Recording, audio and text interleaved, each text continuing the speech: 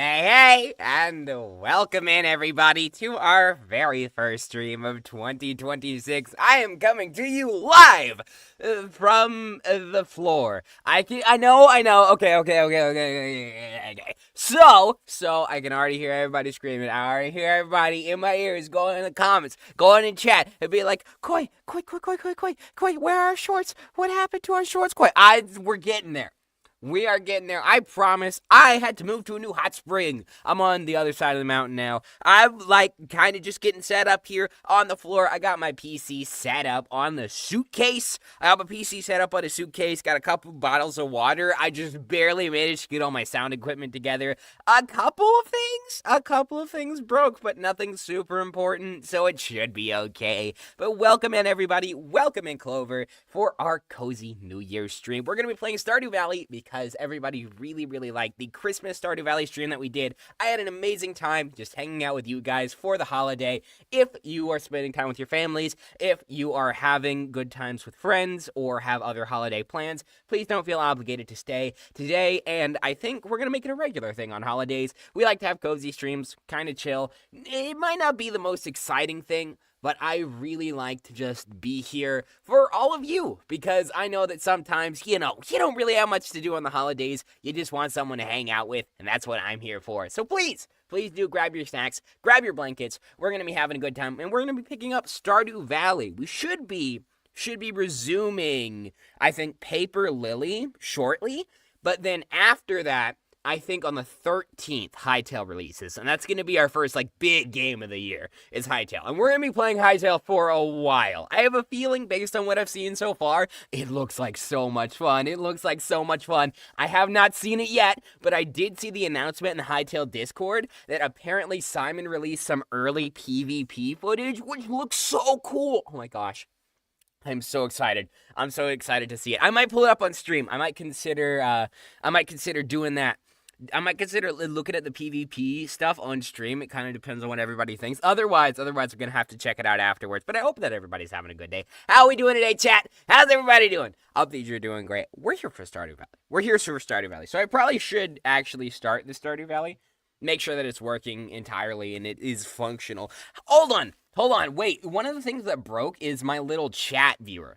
I ordinarily have an extra thing on my desk so I can see chat and separately from my PC. Oh my gosh, Clover, holy! Thank you so much for the 30 stream streak. That's awesome! That's so much fun. Thank you so much, man. Yeah, I'm also excited for Hytale. Yeah, I cannot wait. To see what they do with it.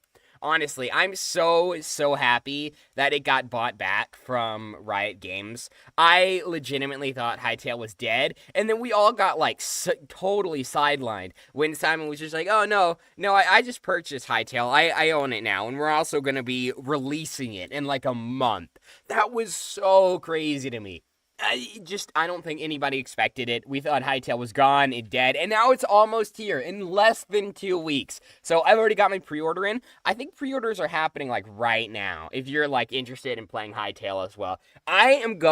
I'm going to grab my chat viewer while some people pop into stream. I will be using my phone as a backup because some of my equipment is broken, so I do apologize if everything isn't perfect today. But you know what? It's not supposed to be perfect. It doesn't have to be perfect because we're having a fantastic New Year's, and I'm excited for 2026. So I will be right back. I'm going to grab my cell phone so I can see chat while I play Stardew Valley, so I can talk to all of you. We'll get some farming done.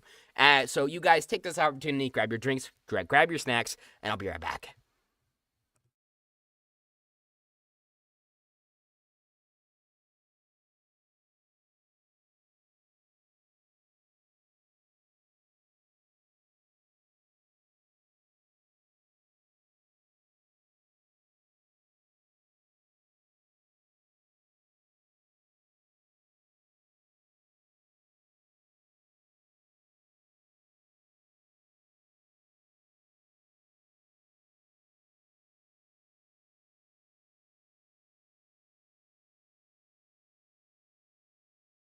All right, I'm here.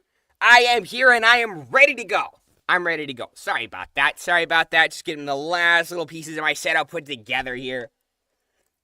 2026 2026. I did not expect to be moving across the entire whole Goofy Isle Mountain to a new hot spring, but here we are. Here we are. Happy New Year, Mello. Yeah, Mello's having a good time. Tomorrow is going to be we get 2 storms in a row. Okay. I think I know what we're doing then. If we're going to get 2 storms consecutively, we are absolutely going to go mining. There's so many people live right now. Honestly, I expected like way less people to be streaming on the holiday. But you know what? I'm happy to see it. It gives us some more interesting options for people to raid at the end of stream, I suppose. I wonder how everyone's doing. Do you have any New Year plans? I know that a lot of people do most of the New Year stuff on New Year's Eve. Like, a lot of people like to get really wasted. Clover, are you hungover by chance? Maybe that's a little bit rude to ask. I am just curious. I know Germany is very famous for making incredible alcoholic beverages, so to speak. So I'm just a little bit of wondering has crossed my mind. No, nothing planned? Nothing at all? Wow. Well, I'm glad you're here then. I am absolutely glad that you're here, and I'm glad you're having a good time. I think today we're going to go into the mines and we're going to try to get a ghost fish, because if we can get not drinking, never did and never will. Okay, that's fair enough. Yeah. It's not really for me. I say that. I'm like 18, so okay, I did have the one time that I had coconut rum, to be fair. And coconut rum, I'm not going to lie, it's real good. Coconut rum is an experience. If you have the chance to have coconut rum, I'm not encouraging it. I'm just saying I was accidentally served some, and it was rather tasty. But I don't know, man. I don't know. I'm excited to be here, though. I'm excited. Man, it's been so long since I got to play Stardew Valley, honestly. I think the last time I played Stardew Valley seriously was, excluding the Christmas stream, it had to have been like Stardew stream? Hell yeah! Welcome in, Annie. How you doing? How's your New Year's going? I hope that it's going absolutely fantastic. We got 2 rainy days in a row, so we're gonna get to go mining. I was just telling Clover that I think the last time I got to play Stardew Valley seriously, outside of the Christmas stream, had to be like, I streamed a very little bit of it, because we're like a bit of the ways into the save, but we're not even through our first summer yet, right? So I think the last proper time I played Stardew Valley had to have been like, oh man, maybe 4 years ago, 5 years ago, so I've been really glad for an excuse to play it again. Me, I'm doing absolutely fantastic. I'm having a good time. I'm glad to be here with all of you, honestly. This is one of my favorite places to be, especially on the holiday, and I'm having a good time. I'm glad to be playing Stardew Valley. I'm glad to be chilling with friends. And I am glad that hopefully I can finish some actual bundles on the community center, because oh my gosh, I have not been getting the community center done. We can look at it, but I've been skipping out on, I think it's the summer foraging. I haven't been picking up the summer forageables because I totally just forgot. Okay, I got 2 of them in my inventory. If anyone sees a sweet pea, please scream at me. Remember last time we went on this path, we saw the Bigfoot too. When I Googled that after, it says on the wiki that apparently it's extremely rare, like less than 1% chance of that happening. But there's a couple different places on the map that it can happen. It's just like very specific times, very specific places, that sort of thing. So what I am curious to see is if we're going to be doing like a couple of mining sessions, because we get 2 rainy days in a row from what the weather report said. I do already have a ghost fish, so we don't need to get a ghost fish, apparently. The next thing that I could do, honestly, is probably the lake fish or the night fish. Oh, if I go fishing in the lake at night, I can finish this one and get the walleye, right? I know that walleye is lake at night, and I'm pretty sure that it can be caught in the mountain lake as well. I think so. We're going to leave the mines a little bit early just to make sure that we don't miss out on that then. Someone remind me if I do forget. I also, in the transportation across the mountain, some of my stuff is still back at the old place. So I don't have a chair right now. What I've done is I've taken my PC, like my little laptop, and I've set it up on top of the suitcase. So it kind of works. It has a pretty good airflow, I want to say. I am just really, really glad that I made the investment into a hard shell suitcase and not a soft shell suitcase. That makes it sound like a turtle when you say it like that. Why do we say that about cases, by the way? Hard shell and soft shell. But anyway, I'm really glad that I have a hard shell suitcase, because if I did not, my PC would not be happy. My poor little laptop would be suffering even more than it already does. I think I ask a lot of it, honestly. I saw right as I was hopping on Twitch. Apparently, I think Kenya and Sayu are both live. I do, honestly, myself, I tune into a lot of Sayu streams, but I usually just lurk. I'm not the kind of person who chats a whole lot. Do you think if we raid Sayu at the end of the day, he's gonna mispronounce my name again? He did. To be fair, we rated him like twice or three times maybe, and the second time he got my name right, which makes me suspect that he saw me making fun of him on Twitter, which would be really funny. Which would be really, really funny. I personally have never got the pleasure of working on a project with Alejandro, but I do have compatriots. I do have compatriots, voice acting friends, who are on bigger projects than I. Oh man. Hopefully this year. That's gonna be my New Year's resolution. I'm gonna try to get on some new anime. Some real anime on TV and stuff. I say real, like, the manga dubs that I currently do aren't real, but you know what I mean. I want to get in the big leagues. Yeah, I want to be officially cool. My cat keeps trying to pee in my bathroom, but that's where the people pee. See, he's just observing his surroundings, and he's like, "Oh, this is where people pee. I guess this is where pee goes." He's doing his best. My family had like a really, really old dog one time, and she was kind of getting dog Alzheimer's. Oh, she wrote bedroom. Bedroom. I'm a little fish lexic. I'm sorry. Okay, bedroom is probably not good.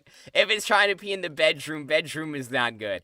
I did though. We had a green carpet. Okay, so here's how the story goes. We had this really, really old dog, and she was a sweetheart, right? She's the sweetest dog ever. But the problem is that we had a green carpet in the bathroom. And this really old dog, she tended to forget things. She tended to not really know where she was going. Thank you for the Hydrate Redeem, Average Furry, and welcome in, everybody. Meep, what the hell did I join? I was just telling you about some nonsense that went on in my life. My cat is almost 3. He's just being lazy because he doesn't want to go into the garden. He pooped in my bathroom today. Okay, so he did poop in the bathroom. He just poops everywhere. I don't think it's like a particular room preference. I think he's just pooping in your house is the problem there. So, this dog, right? She's a really, really old dog. We had what's called an Akita. I have a doggo. Didn't you post your doggo in the Discord, Flo, or is that someone else's doggo? No, because Flo's only on Blue Sky. I remember. Flo's only on Blue Sky, and I think it was Annie who posted her doggo. By the way, we don't have any game sound or alert sounds. Okay, let me fix that really quick. Absolutely no problem. Thank you for the information. I'll fix it quickly. Ding. That should do. Yeah, I just have my desktop audio muted because sort of at the start of stream, so that way I can make sure everything is working. I have some of the music unmuted on my end of things. And I have desktop audio also unmuted, that does create some problems. My dog just flops everywhere. I don't mind if he poops in my cousin's room. Yeah, just lock him in there. Lock him in there. I'm sure that'll be a great idea. That couldn't lead to any adverse consequences of any sort, right? I'm sure it'll be fine. My dog was laid across me, then give it cuddles. Clearly, the doggo needs cuddles, and you haven't been paying doggo sufficient attention.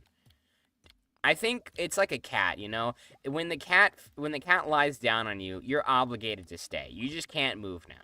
You're not allowed to leave because they're cuddling and you are just obligated to let them finish. Once they leave, you're allowed to leave. But I hate so much when a cat sits on you and then you move just a little bit. You move a little bit and they run away like, "No, please. Please don't be terrified, kitty. I didn't mean to scare you off. I just needed to get a little bit more comfortable." My other cat, Bruges, is being so mean to Hamilton. Those are amazing names for cats, by the way. I love that so much. She's growling at him, which is weird since she used to love him. I wonder if something's wrong. Maybe something happened. Maybe one of them tried to steal the other one's food. I know that happens a lot. It happens so much more than you'd think, especially when the human isn't looking or when they think the human isn't looking. Yeah. If you have multiple pets, what happens a lot is you go into the next room and then you come back and then one of them is just going at the other one's food bowl. You have to make sure to separate them, especially. Hamilton is named after my favorite founding father, not after your favorite Broadway play. My cat's names are Erina and Shadow. Oh, Emma and Shadow. Those are good. Those are good cat names as well. I gotta say, Hamilton's gotta take the cake, though. Hamilton is really good. Then again, I'm just biased because I'm a fan of Hamilton. My cat will stare at me until I sit down and get her in my lap. You see? It's mandatory cuddles. You're not in charge. The cat's in charge. That's how it works. Founding father and musical. And you know I have a lot of pets. Yeah, like the bearded dragon. The bearded dragon is one of the craziest pets I've ever heard. I know people with, like, pet tarantulas, but bearded dragon's gotta be, like, one of the most out there pets I've heard before. I know, like, a lot of U.S. presidents also, just because they can, they get away with having some ridiculous pets. I think that one, I forget who it was, but I know that one president, I think, had a pet Wolverine? Or a pet honey badger or something. One of those, like, low-to-the-ground menace creatures from Australia or Madagascar or wherever it comes from. So this old dog. My story! I completely lost track of my story. She was a sweetheart. She's a sweetheart, but her mind was going. She forgot stuff all the time, and when she needed to go poo, she started going to the bathroom. Because in the bathroom, we had a green carpet that looked suspiciously like grass. So, in her mind, by process of evaluation, she looked at the green carpet. She said, the humans go to the bathroom in here. There's grass in the bathroom. This must be where I should go. And whenever we changed it to, like, a different color of carpet, it was fine. I guess we did have one incident with, like, a blue carpet. But it was usually fine, right? And except every time we put a green carpet and someone accidentally left that door open, there was a poop just right square on the middle of it every time that we got back to her. And I was like, oh, she did it again. And there wasn't really much you could do. You can't really, like, punish her because she's so old and you want to be mean to the poor doggo. But eventually we did lose her. I think she had, like, cancer or something. It was really unfortunate. Yeah. But she was a sweet dog while she lasted. I have a snake and a tarantula with a dog and a cat. I will be getting crabs soon. Where are you going to put the crabs? I feel like having a lot of pets that eat each other is definitely not safe. You should probably make sure to, have some degrees of separation, right? I'm going to try to find the next ladder down before I go fish in the lake, because I really do need this walleye. But I'm so close to the next level of the mine. Hold on, if we go all the way around, we automatically get to the next layer, because this is a spiral floor, right? I'm pretty sure spiral floors always have a ladder in the middle. I think that's how that works, if I remember correctly. It's been a while since I played Stardew properly. They're spaced out? Okay, so it should be fine, then. You're probably fine. I am getting a little bit cornered here by all these creatures, which is kind of a problem. It'll be okay. It'll probably be okay, as long as I don't die to these. If I deal with the bat, I'm sure I can, like, kind of ignore the ghost, because he's just gonna do, like, a little bit of damage and teleport away. Yeah, and we can just, like, boop. Yeah, give him a good smack. Oh, nope. Yeah, there we go. We're fine. There's an aquamarine here. You don't really see gem ores so much in the mines. And maybe they changed the luck system. I think there was some updates to the luck system because it was somewhat broken before. Here we go. We made it down. Because you broke to my girlfriend that this spider was in my workroom. Hey, look. It's not my fault that you're keeping secrets, okay? I just happened to declare the information on the internet, and she happened to hear it. That's, like, nothing to do with me. That's technically nothing I did, okay? Oh, what did Koi do? Koi was just the messenger, okay? She would have found out eventually either way, Flo. Either way, that information was eventually gonna get out there. Let's see if we can get a walleye. Good news, she likes Gary. Is Gary the spider? Gary's the name of the spider, I presume, right? Do you think you can get struck by lightning in Stardew? I wonder if you can. I know if I had lightning rods. I wish I had lightning rods, but I don't yet, so I can't really take advantage of the thunderstorm. I'm pretty sure you can get struck by lightning. Oh my gosh, cocoa and marshmallows. You have cookies here too? Yeah, absolutely we have cookies here. You can have one. You may have one. Gary's the name of the spider. Gary's a good name for a tarantula, I'm not gonna lie. Gary is a good name for it. It's so innocent, is the thing. I think that's probably why they also named it Gary in... Oh, what was it? Gary the Snail and SpongeBob? I never watched SpongeBob, but I do know about Gary the Snail because Gary the Snail is a fantastic name for a character. I am not doing good at fishing.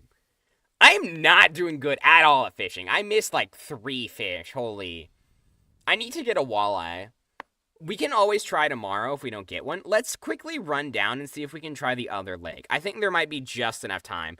Well, then I shall stay. Hello, everybody. Welcome in, Rose Lee. How you doing today? I hope you're having an absolutely fantastic day. This might be a problem. We have 2 roses now. We have 2 roses. We're going to have to introduce them to each other if the other one shows up. This is gonna be an interesting stream. I sometimes call him Gary the Snail. Yeah! So, wait, is Gary the Spider named after Gary the Snail? That is kind of funny, honestly. It's a really cute name for a spider. I think, like, if I was gonna name a spider, I'd probably name it, like, Shelob, after the one in Lord of the Rings, though, because that's hysterical to me. You have this little, tiny, adorable spider, and you're like, oh, that's cute. You have a pet spider? What's its name? Shelob. Shelob, the destroyer of men. I just want to see people's faces, you know, when they walk into my house and I say, this is my pet Shelob.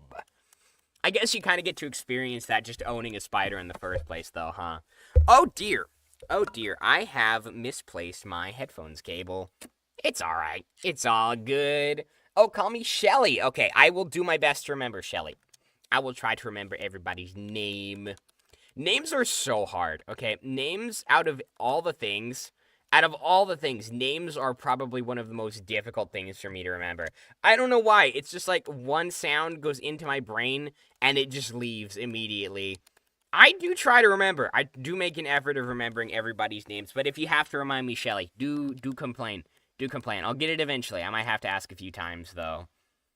I'm good. I'm laying in cosplay. Ooh, you're doing more cosplay, Flo?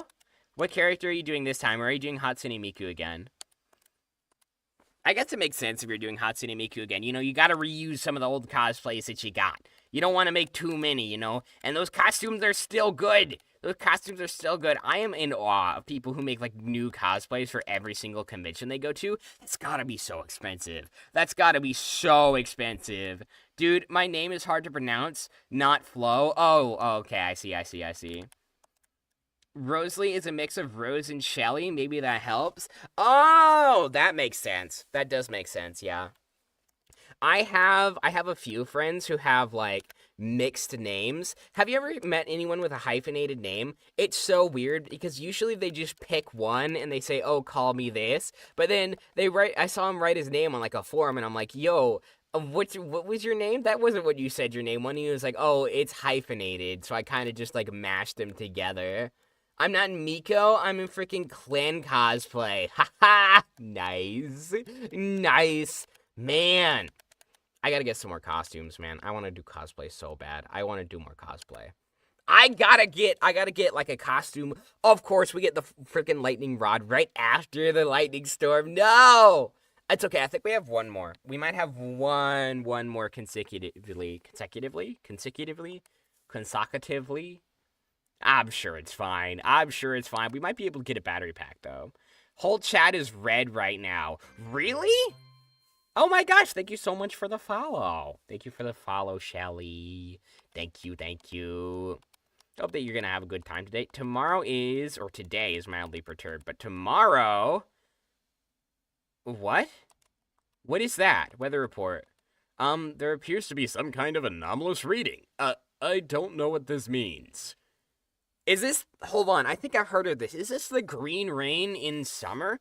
I'm not sure what this is. I'm orange, Flo's brown, and you're red. maybe it's a different color for people, because I see everyone's colors correctly. I definitely see Clover as orange. I know that you could set your own colors in Twitch chat, though. Is today going to be another thunderstorm? I hope so. Let's make a lightning rod just in case, and let's go try to catch that walleye today. That's going to be our focus today. We're going to try to get that walleye, because once we have the walleye, we don't have to worry about it anymore, and getting a rainy day in summer at night seems like really, really specific. So I want to try to get it while I still am able to. Well, maybe my Twitch lagged then? Yeah. I think there's a lot of, like, localized bugs with Twitch, depending on sort of what browser you're using to view it. I don't know why. Maybe they don't give it a lot of upkeep to their website. I think it's better on the app, though. It might be slightly better on the app, like Discord. Though, honestly, if I'm being perfectly honest, Discord kind of isn't great about it either. Discord does kind of have those problems where they tend to just a smidgen entirely forget how much RAM they're supposed to be using, or entirely forget what systems people are on, because the default version of Discord is not actually meant for Windows system. When you click to download Discord from the Discord website for Windows, it downloads, like, I think it's the 32 or the 62-bit version, and it's the wrong one. You gotta go and you gotta find the other one. You have to go dig it up somewhere in the website. I just used the incorrect one because I'm far too lazy to actually go and correct it at all. Okay, I think, let's see what a lightning rod is made of. Let us see what a lightning rod is made of. Lightning rods are constructed from iron bar, refined quartz, and bat wings. Bat wings is an interesting ingredient. Bat wings is not something that I expected to see in the ingredients for a lightning rod of all things. Just for fun, your Blue Sky profile picture may do a drawing in my style and show you. Oh my gosh, Clover's profile picture is so cute. He showed us the original sketches of when he was drawing it. It looks so, so cute. And I know, Clover, you said that you don't do drawing, and it's like the one drawing that you've ever done, but it's really good, okay? You did a really good job. I love it so much. I love it so, so much. It's amazing. Deny it. I ban you from denying it, okay? Yeah, I would love to see some fan art of Clover's PFP. That would be a good time. Is this melon done? It is. It is done. Hold up. How far away are we from finishing this bundle here? We have the hot pepper, we have the melon, and we have tomato. I think tomato is one of them. I know the other one's blueberry, right? Pantry, summer crops. Here it is. Tomato. Okay, so the last one we need is blueberry. And once we have the blueberry, we're going to be good. I'm proud of it too, because it's my dreamed away NPC. Is this your first Stardew run? Oh, no. Absolutely not. I was very, very obsessed with Stardew, sort of on release, I want to say, when it was first coming out. So I played a ton when I was a kid. But I'm sort of just coming back to it now because it's more of a cozy game. It's more of a fun thing. I like to have cozy streams on holidays. It's New Year's after all, and I figured everybody could use a good cozy game. Something to, something to turn on while you have your snacks, or while you watch your favorite show, while you play your own game. Let me grab my drawing materials while you draw a little doodle of Clover's PFP. I figured that it would be a fun game to play while I hang out with all of you. Ordinarily, I do like to play a lot of cozy games, but usually when I play cozy games, I turn the difficulty really, really high because it's kind of funny, and it is kind of funny. It definitely is kind of funny, but it leads to the problem where kind of, sort of, maybe a little bit, it's hard. And we do a lot of dying. And honestly, Stardew Valley is a great break from that, and it's something I like to do on holidays. I did just see that lightning flash. My audio has broken for some reason. I hope that you guys' audio hasn't broken, but mine has, so I couldn't hear the lightning. But now that I know that it is lightning, we're going to go quickly. We're going to make a lightning rod just before the lightning stops, because I know that we need a battery pack for some quest things. So let me make sure to get one lightning rod out here before they go away. The lightning, at least, because I don't want to wait for another storm. I don't want to sit around and be like, oh, we gotta wait for the next lightning storm until it just graces us and comes around. Should we do 3? Oh, we can only make 2. Okay, 2 we'll have to do. 2 will be plenty. Let's put 1 here and one on the other side. So we just have like a hallway of all the things that we can touch. Hallway of touchable things. I'll make like a proper area for these all later. It's one of my favorite things to do.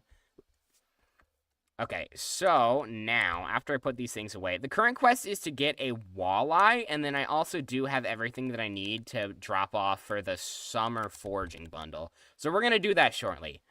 I will take care of the summer foraging bundle once I have the opportunity, but before that, we're going to focus walleye. Wait, what time is it? Oh, it's only 9:50 a.m. Let's do the bundle first. I like your model. It reminds me of my Dalmatian. I'm not a Dalmatian, but thank you. That's very wholesome. I love to hear about your pets. I love hearing about everybody's pets. I'm a koi fish. I heard one person did tell me that I kind of look like a cow once. One person did say that I kind of look like a cow, but I don't know what kind of cow has a fishtail. I do not know what kind of cow has a fishtail. I'm a koi fish, guys. I did the original sketch for this model, and then it was Rachika and Patchy that did a really, really good job bringing it to life. I know, but it reminds me. It's a little bit familiar. Thing with spots, honestly. The pattern. Koi, I stole your marshmallow and ate Artigan. You don't steal my those are for my cocoa. Don't steal those. Don't give me those back. Those are my snacks. Get your own snacks, Flo. Go get your own snacks. Where is my foraging? Where's my foraging chest? Is this my foraging chest? I think this is my foraging chest. Okay, here we go. We need the spiceberry and a grape, just one, and a sweet pea. Let's go drop this off. Is there anything else we can put into the community center? Welcome in, Ellie. How you doing today? I hope that you're having an absolutely lovely time. We are playing Stardew Valley. We're having a chill stream for 2026 to welcome in the new year. We're having a good time. We're doing some quests. We're finishing some community center things. I'm having a fantastic day, Ellie. Absolutely. Thank you for asking. Thank you for coming to stream as well. This is your first time here? I don't recognize you. If you've been here before, I do sincerely apologize. Let me see what else we can do. Walleyes tonight. That's tonight's quest, 100%, right? But we can't go get the walleye until tonight, so we're not going to worry too much about that. This I think I can do. 10 batwings and a solar essence. I might be able to do that right now. Hold on. Do I have 10 batwings left? I might have just used them. Oh, no, I got them. Okay, so we can finish that bundle right now. So let's go finish that bundle in the boiler room. We're going to finish the summer foraging bundle. We're going to drop off some stuff for geologist bundle. Quartz, earth crystal, frozen tier, iron and gold. Do I have enough to make a gold bar? I know I've picked up some. Oh, only one. I guess we should probably just wait until we get a little deeper in the mine then. Let's pick up all of this stuff for the boiler room, or we could also go to Clint and buy the necessary ingredients. I'm great. That's great to hear. Did you do any New Year things? Any New Year resolutions? Mine is to get in an anime on TV. I'm already in a lot of YouTube projects. I think my most viewed, I have to check for like a project I was working on. Oh, hey, what's my most viewed video on YouTube ever? And apparently one of my first videos I ever did on Sarvedo hit like 590 something thousand views, which was absolutely ridiculous. I don't know why over 500,000 people would want to listen to me pretend to be an anime boy, but apparently I'm doing something right. So I think I need to go to sleep. I wish the time zones were different. Oh, it's like 1:33 a.m. All right. Have an absolutely lovely rest and a lovely 2026. I hope to see you around again, and thank you for popping by. I hope you have a fantastic rest of your year and rest of your sleep. Sleeping is hard. I was up until, I want to say, 4 a.m. last night. I can blame working in Japan, though. That's a great part about working in Japan remotely, is when people say, why are you up so late? What are you doing with your life? I can say, haha, I work in Japan. I have a good excuse. Actually, no, I just want to have a chill 2026, so that's boring. Sleeping or staying up all night? Because I will say sleeping is definitely boring. But also, you could stay awake all night and you could hang out with the koi fish playing Stardew Valley. And both of those, I'm not going to lie, both of those do sound like pretty good options. If I were you, both of those sound like pretty good options to me. Koi, I saw you post. You could see my search history. Blink. Yeah, so this is a funny thing that YouTube does. If you create a video on YouTube of any sort, like a full-length video, a short video, if you get to a video on YouTube via the YouTube search bar, then it gives me in my analytics what your search terms were. And I saw some of the weirder search terms that people have used to get to me.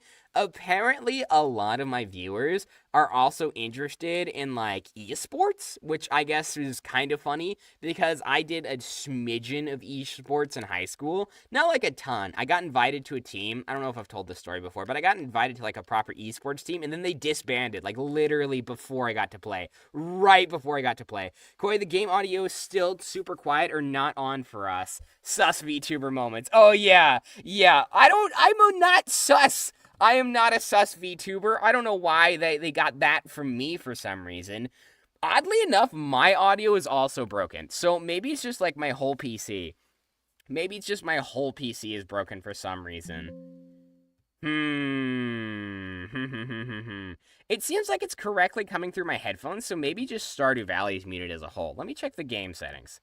Let's check the game settings to see if we can find the problem. Thank God he hasn't seen mine. Also, you have a cool cow shark tail. Oh, thanks so much, Ellie. Yeah, I'm glad you appreciate my my cow shark tail. That's great to hear. It seems like everything is working for Stardew Valley. That is really, really interesting. I'll tell you what.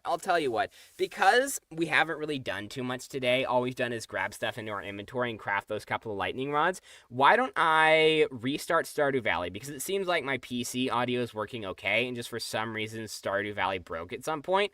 Let's go ahead and restart the game. I'll flip everybody over to the just chatting scene while I go and I make sure that everything is working. Want to give this a restart? We'll just restart the day. It's not a big deal. It's not too much of a setback. I think we lost like, 15 minutes tops? All our mining stuff we did yesterday anyway. Yeah, I was very particular about the placement of all the spots. Also, how did you choose voice acting as your career? Oh, this is a fun story. Okay. So, when I was a kid, obviously I was big into cartoons, right? As every child ever is. But some of the more interesting things for me is I was always intrigued by the creation of, like, the games I liked and the shows I liked. And I want to say when I was about 13, I got really into a certain series on YouTube that you may know, you may not know, from a little known creator called Afmau. And she was making this series at the time called My Street. Everybody that I have ever talked to that has gotten, like, deep into My Street has absolutely loved it, okay? My Street, I grew up on that show. It's a fantastic show. Ironically, just about every voice actor that I'm friends with has done at least one project with /for Afmau, and I'm not jealous at all. I'm definitely not jealous at all. But the big thing for me is that I looked up the voice actors. I was just curious and like, oh, who are these people? Who are these people who are voicing these people? Because I knew that, like, Afmau and Jason were, like, together IRL. So I was sort of wondering if I was wondering if that carried over to anybody else, because I was like, oh, these guys are doing a fantastic performance. I wonder what they're like in real life. I wonder if they've done any events or, like, speeches or stuff that I can look to. So I went up and I did find a couple of, like, talk events that they did, like Q&A, because that was generally what I was looking for. I was looking for Q&A events that I could find. Oh no, someone's been timed out for 600 seconds by Nightbot. I don't know what you said. Ellie. I apologize. 600 seconds, what is that? I think 10 minutes? Holy. I apologize. I don't know what you said. Let me check. I might be able to unban you if it wasn't that bad. I'm not sure what you said. Click to show. Oh, no! Hold on, wait, why would Nightbot ban you for that? That's completely fine! Oh, no! Cap spam? Yeah, that's probably why they did it. How do I untime out someone? I don't actually know how. Ooh. So I put Nightbot in solely so I could do the ! Discord command, which I don't know why. I don't know why we didn't have it before, but I finally got the ! Discord command in, and it works now, and it's fantastic. You can try it, but also I had to add Nightbot to add it, and apparently Nightbot did do a little bit of bopping of our innocent Ellie. I'm so sorry, Ellie. I'm trying to free you. I'm currently trying to free you. How do I untime out someone? This is going to take a Google. Guys. I apologize. How to untime out someone on Twitch. We're looking it up. See, look, see, the command works. This is what Nightbot is for. This is what Nightbot is for. Unban. Okay, it's just /unban. Okay. Don't worry, Ellie, I'll save you from the abyss. I will rescue you. I'll rescue you. I have to save Ellie from Nightbot. Hold on, everybody. /unban. We're learning about Twitch here. It's alright. It's alright. It's not a big deal. I'm glad that this happened now with something that's not a big deal, rather than later when it's actually a problem and I have to feel bad about it. So what were we doing? Right. We have to go and make sure, hopefully, all the audio is working. Can everyone scream at me, please, if anything, the audio is broken, or any of the functions are broken, or if the chat is broken, or if my sound is broken. If anything is broken, please yell at me. Let's not stab our own chickens. Let's not stab our own chickens. Okay, Ellie, you're free. You can hear it now? Yeah. I don't know why. I think at some point I accidentally unplugged my headphones. Oop, I just wanted to say I was an AF fan too and want to be a pro VA also. Yo! So, I work currently for Manga Dubs. I work for Sarabedo's Manga Dubs. Recently, I am on Ayasaki's Manga Dubs also. I hope that I'll be on Kanon's Romcom Manga Dubs soon. Basically, if it ends in Romcom Manga Dubs and it's a channel on YouTube, I probably work for them. Thanks for unfreezing me. Yeah, sorry about that. I need to get, like, my bots under control. Generally, I like Seribot better for, like, auto mod, because Seribot's auto mod seems a little bit better than Nightbot's auto mod, but unfortunately we currently have both of them, and I think Nightbot is a lot stricter, because it's meant for, you know, creators larger than me, who are more prone to have spam, and I guess it would make sense then to have, like, caps locked banned, but I don't know why it would bop you just for being like, oh my gosh, I'm an AFL fan too. Apologies, but basically what happened? Back to my story. So I was looking for Q&As from all the different voice actors, and I found some Q&As from AFMAO, and I also found out that apparently Zane and Dante were both voiced by Keston, voiced by a guy named Keston, and I was so impressed by this, I was like, wait a minute, no way those are the same person, because I liked watching the ones where the side stories, if you ever saw the AFMAO side stories, or it's like, oh, jump if you've never done this, never have I ever, that's what it was called. Oh, thanks so much for unfreezing me. Also, if I go silent, it's because I have a time limit, so it's not that I didn't want to watch you. Oh, absolutely, yeah. I was also an AFMAO fan and grew up with AFMAO, but my friend is a VA and voice actor, so I show myself. Wow. How many voice actors are you friends with? That's kind of crazy. I guess you're just kind of in that sphere. It makes a lot of sense, because I have voice acting tags all over everything, so if you're interested in voice acting, there's a solid chance you'll end up here. So I ended up with essentially this new information that apparently both Zane and Dante were voiced by the same guy. So I went back and I listened to some of these Never Have I Evers, and I was like, wait a minute. Those are the same. How is he doing that? That's so impressive how he did all these different voices. And then later on, I got more into Critical Role. I got more into these other series where the voice actors were actually more famous, so to speak. Because voice actors being famous is a very, very rare thing in the United States. Voice actors in Japan have basically the same amount of respect as regular actors. But outside of Japan, most voice actors are like little to no recognition, right? But I started looking into this, and I started finding all these people, and I started recognizing names across a lot of shows that I liked. Similar voices were the same person, and it was all different characters that I love so much. So once I started delving into this, I started geeking out about it. I was like, you know what? I could really do this. That Zane and Dante thing was really sort of just that push over the edge. Because I had always been interested in the people behind the cartoons, I had been into Critical Role, I had been looking at voice acting as a whole, but once I had that one little push, I decided, you know what, I'm gonna go do this. And I said, I'm gonna go do this, and I'm gonna go to college, and you know what, this will be my hobby. I'll do this for fun. It'll be a good time for fun.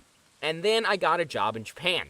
After about a year of working completely unpaid, I got my job at Lab 316 in Japan, and then my videos with the company immediately did really well. Like, really, really well. Better than a lot of my coworkers' videos, and I was like, wait a minute, this is surely just because I'm the new guy, right? And I don't like to tell this part of the story because I don't like to say or even imply that I'm somehow better than anyone else.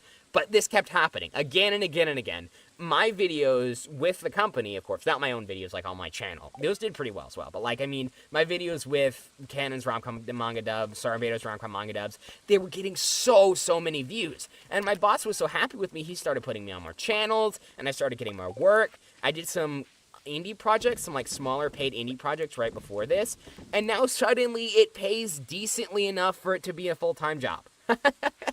So I'm officially dropping out of college to do this full-time. I became a VTuber sort of just to get a little bit more recognition and to practice my voice acting talents online, because, you know, doing YouTube is basically just voice acting. It's just voice acting in a little hat, you know? So I figured, hey, I can put this on my resume. I can show people on my YouTube videos, and I'd be like, look at all this stuff I did. One of my favorite VAs is you and Michael Kovac. Oh, yo, I've been told so much I sound like Michael Kovac. Michael Kovac is one of my favorite voice actors. Yeah, from Murder Turns to the Amazing Digital Circus or Laxadaisy. So you two are like my idols. Oh, thank you so much. That's so sweet of you to say, Ellie. I work really hard. I work really hard because I want people like you, people who are interested in voice acting, to be able to have that push. Because I'm sure there's plenty of people who would be very good at voice acting that just have never given it a shot because they think that they can't. And that's really, really sad to me. And I want to be that guy who explains, hey, it's not as hard as you think, it's just a lot of work. And if you're committed enough to it, you can absolutely become a voice actor. Because there is no, you must be this tall to ride the ride, right? You're one of my favorite voice actors? Oh, that's so sweet, Flo. I'm not on any anime yet. I'm not really on TV. So keep in mind, basically all of my jobs are just coming from this one company, which is scary to think about because it's like, okay, if anything happens to the company, what am I going to do? But regardless, I'm happy to be here. I'm happy to be hanging out with all of you. And even if, I will warn you, if you become a voice actor, until you get to the highest of high leagues, you are not getting paid a lot, okay? You are essentially living hand to mouth. I'm not telling you that I'm poor. I am, but I'm not saying like, oh my gosh, my life is so sad. I love this more than anything. I'm happier than I've ever been. It's an incredible experience. I am so happy with where I am. I'm so incredibly blessed that I get to do this for a living, but I am warning you, this is not a high-paying career until and if you get to that tippy-top level. If you manage to get around the middle-ish, if you manage to get, like, on a big company, or something that is regularly reoccurring on YouTube, something like a series with Afmal, something like a series with Lab316, one of these YouTube channels are great for work. A lot of times they'll pay less than bigger projects, but the bright side is, even though they pay less than bigger projects, they go on forever.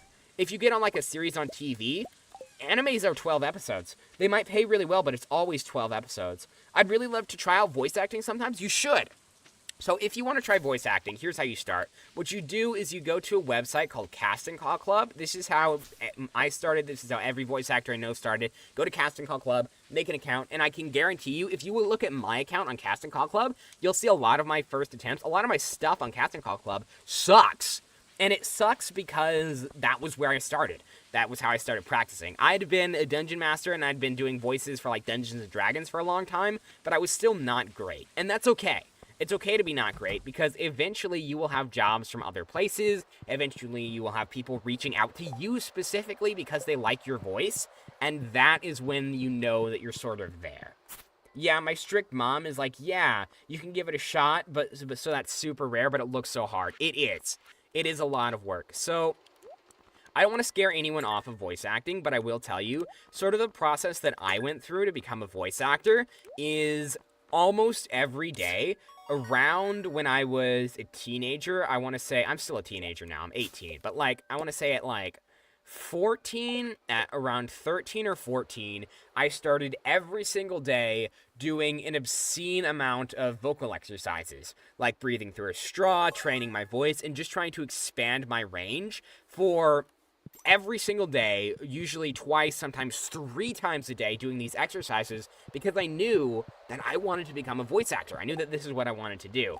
And because of that, my range has become so much better. But I also just decided that I didn't like my voice. So while I was in this sort of pubescent age, I guess, I changed it. I just changed it. I changed the way I talk. I changed my intonation. I changed my cadence. I changed a lot about my voice just because I didn't like it.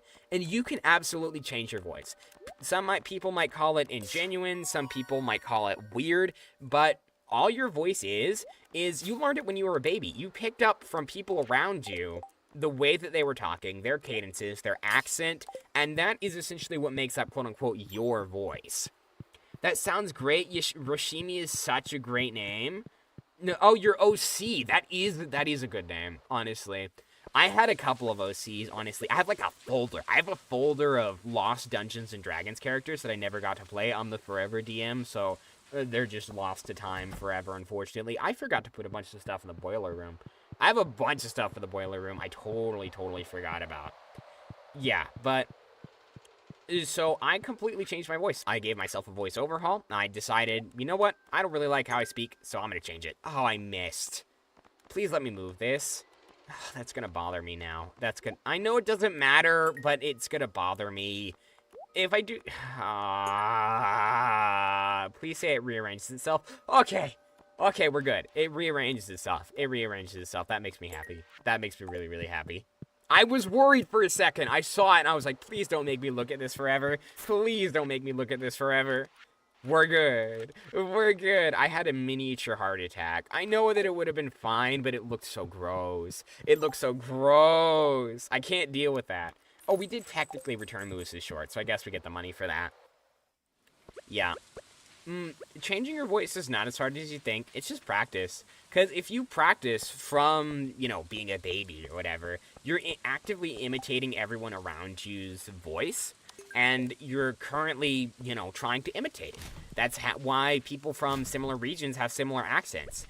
Voice is just imitation. Everything is acting. Just, you're not aware of it until it's too late, but it's not too late, is the thing.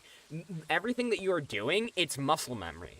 The way that you speak is muscle memory because your voice is coming from your larynx, which is a muscle, and this muscle has been trained to do in a very specific way, which was originally just imitation. You can retrain it. Your voice is just whatever you decide that default is, right? I'm a weird human because I'm under 15, but like my entire life is planned out. I was kind of in the same spot, honestly. I knew very early sort of what I wanted to do in general. I just didn't think that I would be able to. I kept telling myself that I'm going to go to college, and I'm going to get a degree, and I'll just do this for fun, and it won't really be a big thing. And then it was a big thing, because apparently I'm decently okay at it. And I'm so happy with where I've ended up, honestly. There's still a lot more life ahead of me. I'm, 18? I've barely started life. I'm nowhere. But... I'm kind of okay with that, because even though there's been a lot of stuff that I didn't expect, and even though it wasn't really where I originally thought that I was going to go, I am so much happier where I have ended up, and I know that if I just continue going the way that I have been, that I'm going to end up happier in the end. Wait, you're 18, you sound 23? So, I've been told that I sound really young, actually. My voice is kind of high-pitched.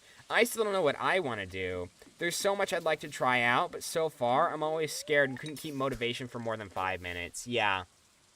Motivation's hard. Motivation's never been something that I've really struggled with a whole lot, but I do know that it's a big deal for a lot of people.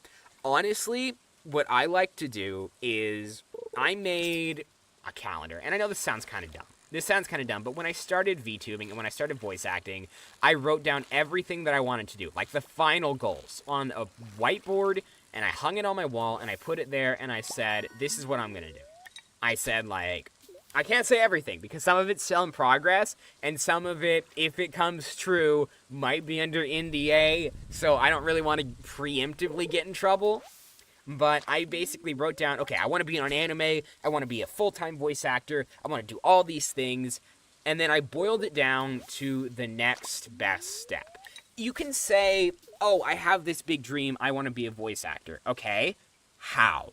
You don't need to become a voice actor now. You need to take it stepwise and break down every single thing along the way until what's the best thing I could do literally right now that gets me one step closer to that dream.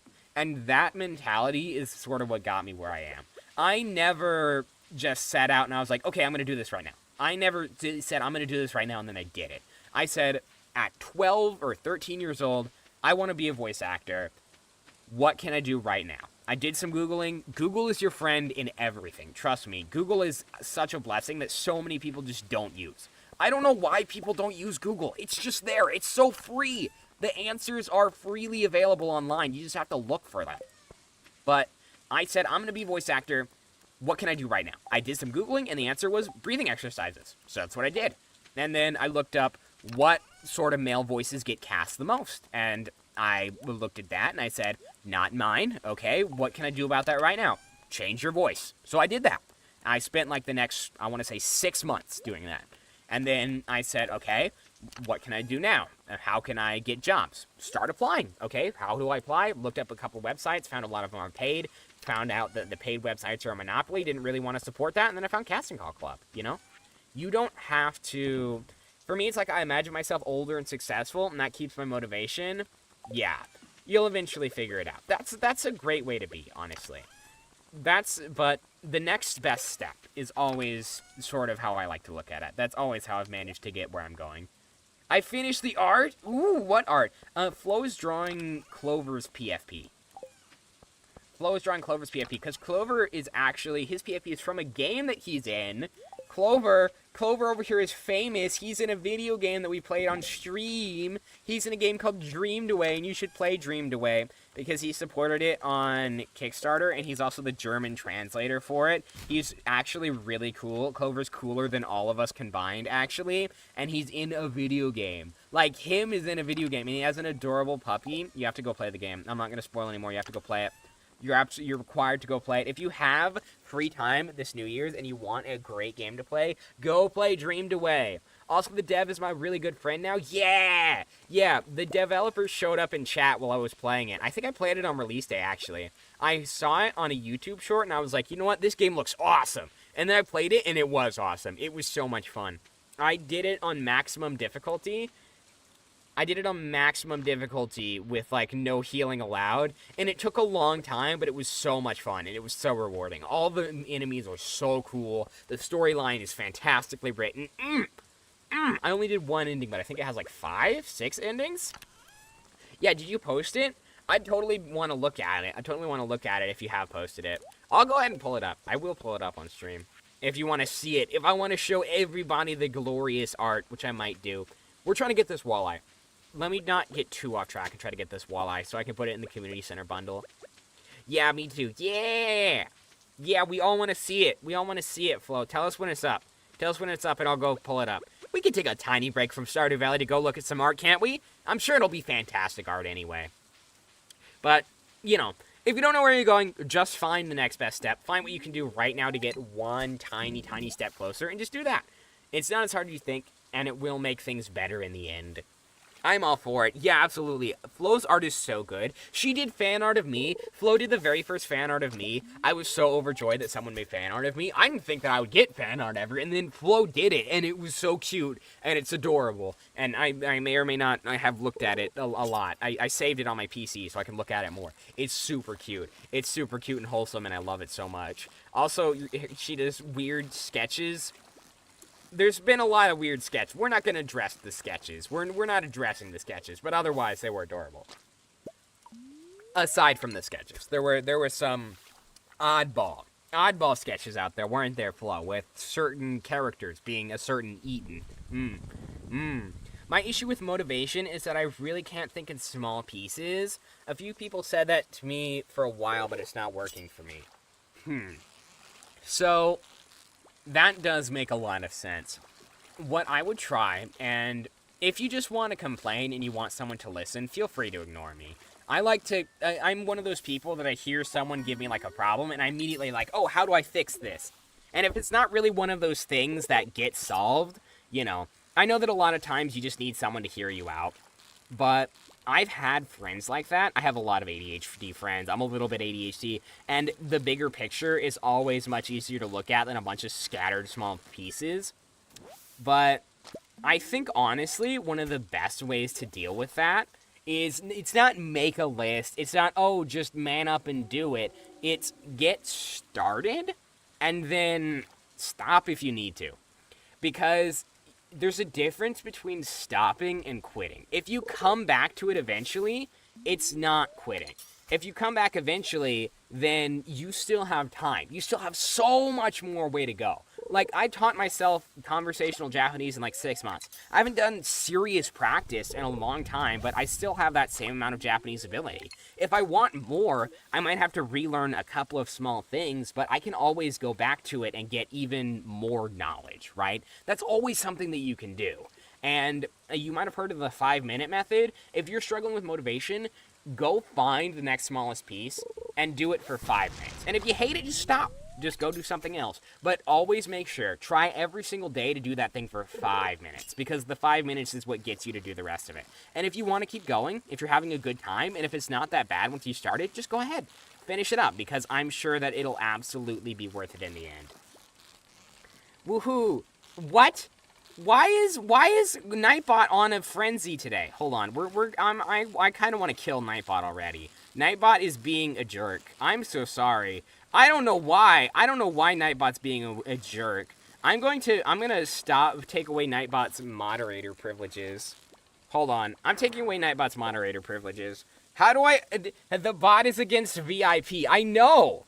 Hold on. How do I unmod Nightbot? How do I unmod... We're unmodding Nightbot. Nightbot is going on a tear. How do I unmod? Is unmod? Okay, it is. Unmod Nightbot. I'm unmodding Nightbot. We don't want you. We don't want you. You stop it, Nightbot. Nightbot, your job is to tell people where the Discord is. Your job is not to ban people. Your job is not to ban people. I don't like this bot. I don't like this bot either. This bot's a meanie. This bot's a meanie panini. You have removed Nightbot as the moderator of this channel. Okay, does the Discord command still work? Okay, so Nightbot's still gonna scream at you, but Nightbot no longer has any power. Nightbot, okay, so look, see, it doesn't have any power anymore. I have removed its moderator privileges, so when Nightbot screams at you in chat, we're all gonna make fun of it. That's what's gonna happen.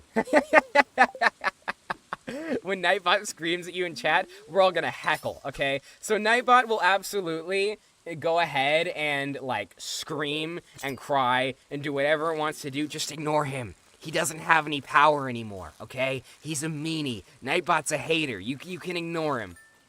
This is why Seribot is better. Seribot is better. It can't do anything. Yeah, it doesn't have any power. It'll tell you that you're a bad person, but it can't do crap. Clover, you're not banned, right? Clover, could you say something in chat to make sure Nightbot didn't unmoderator ban evade?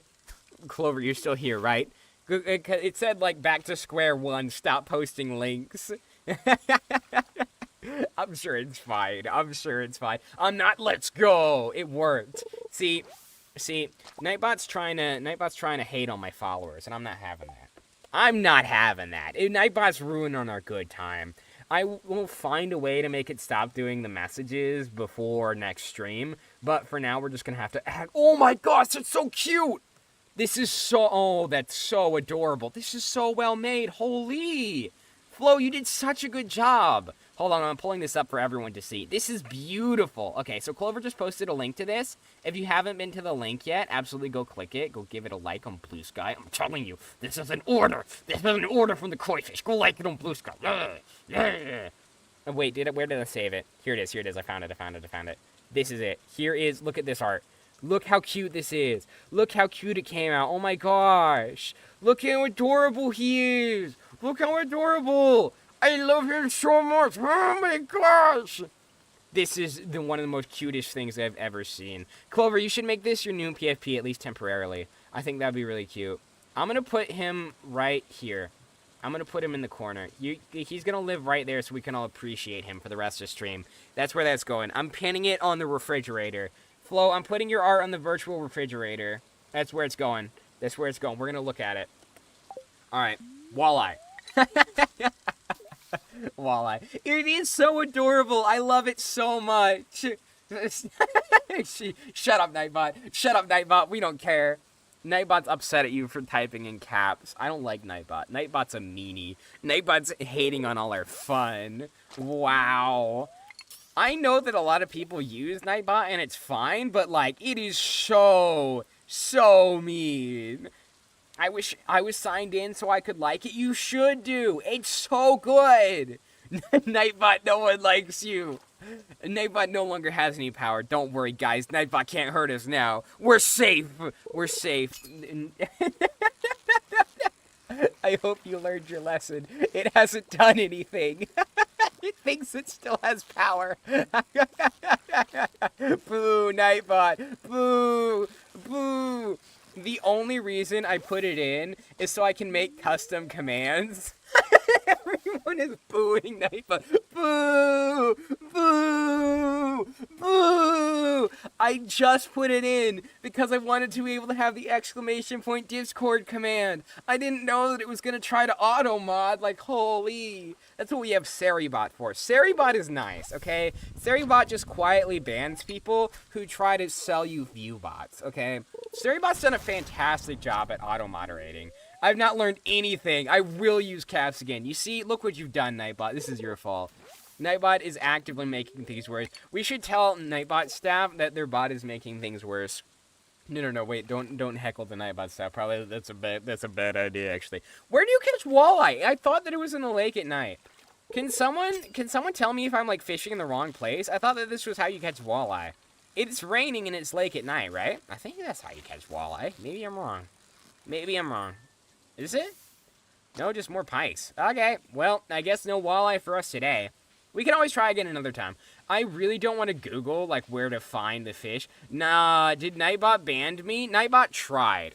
Nightbot tried. Oh, before? Yeah. So what it did is it muted you. It muted you earlier, and I unbanned you. Apparently, mute is considered, like, a type of ban, so the unban command works to remove it for some reason. I don't know. Don't ask too many questions. Nightbot's dumb. Just ignore him. He's a silly little, stupid little guy.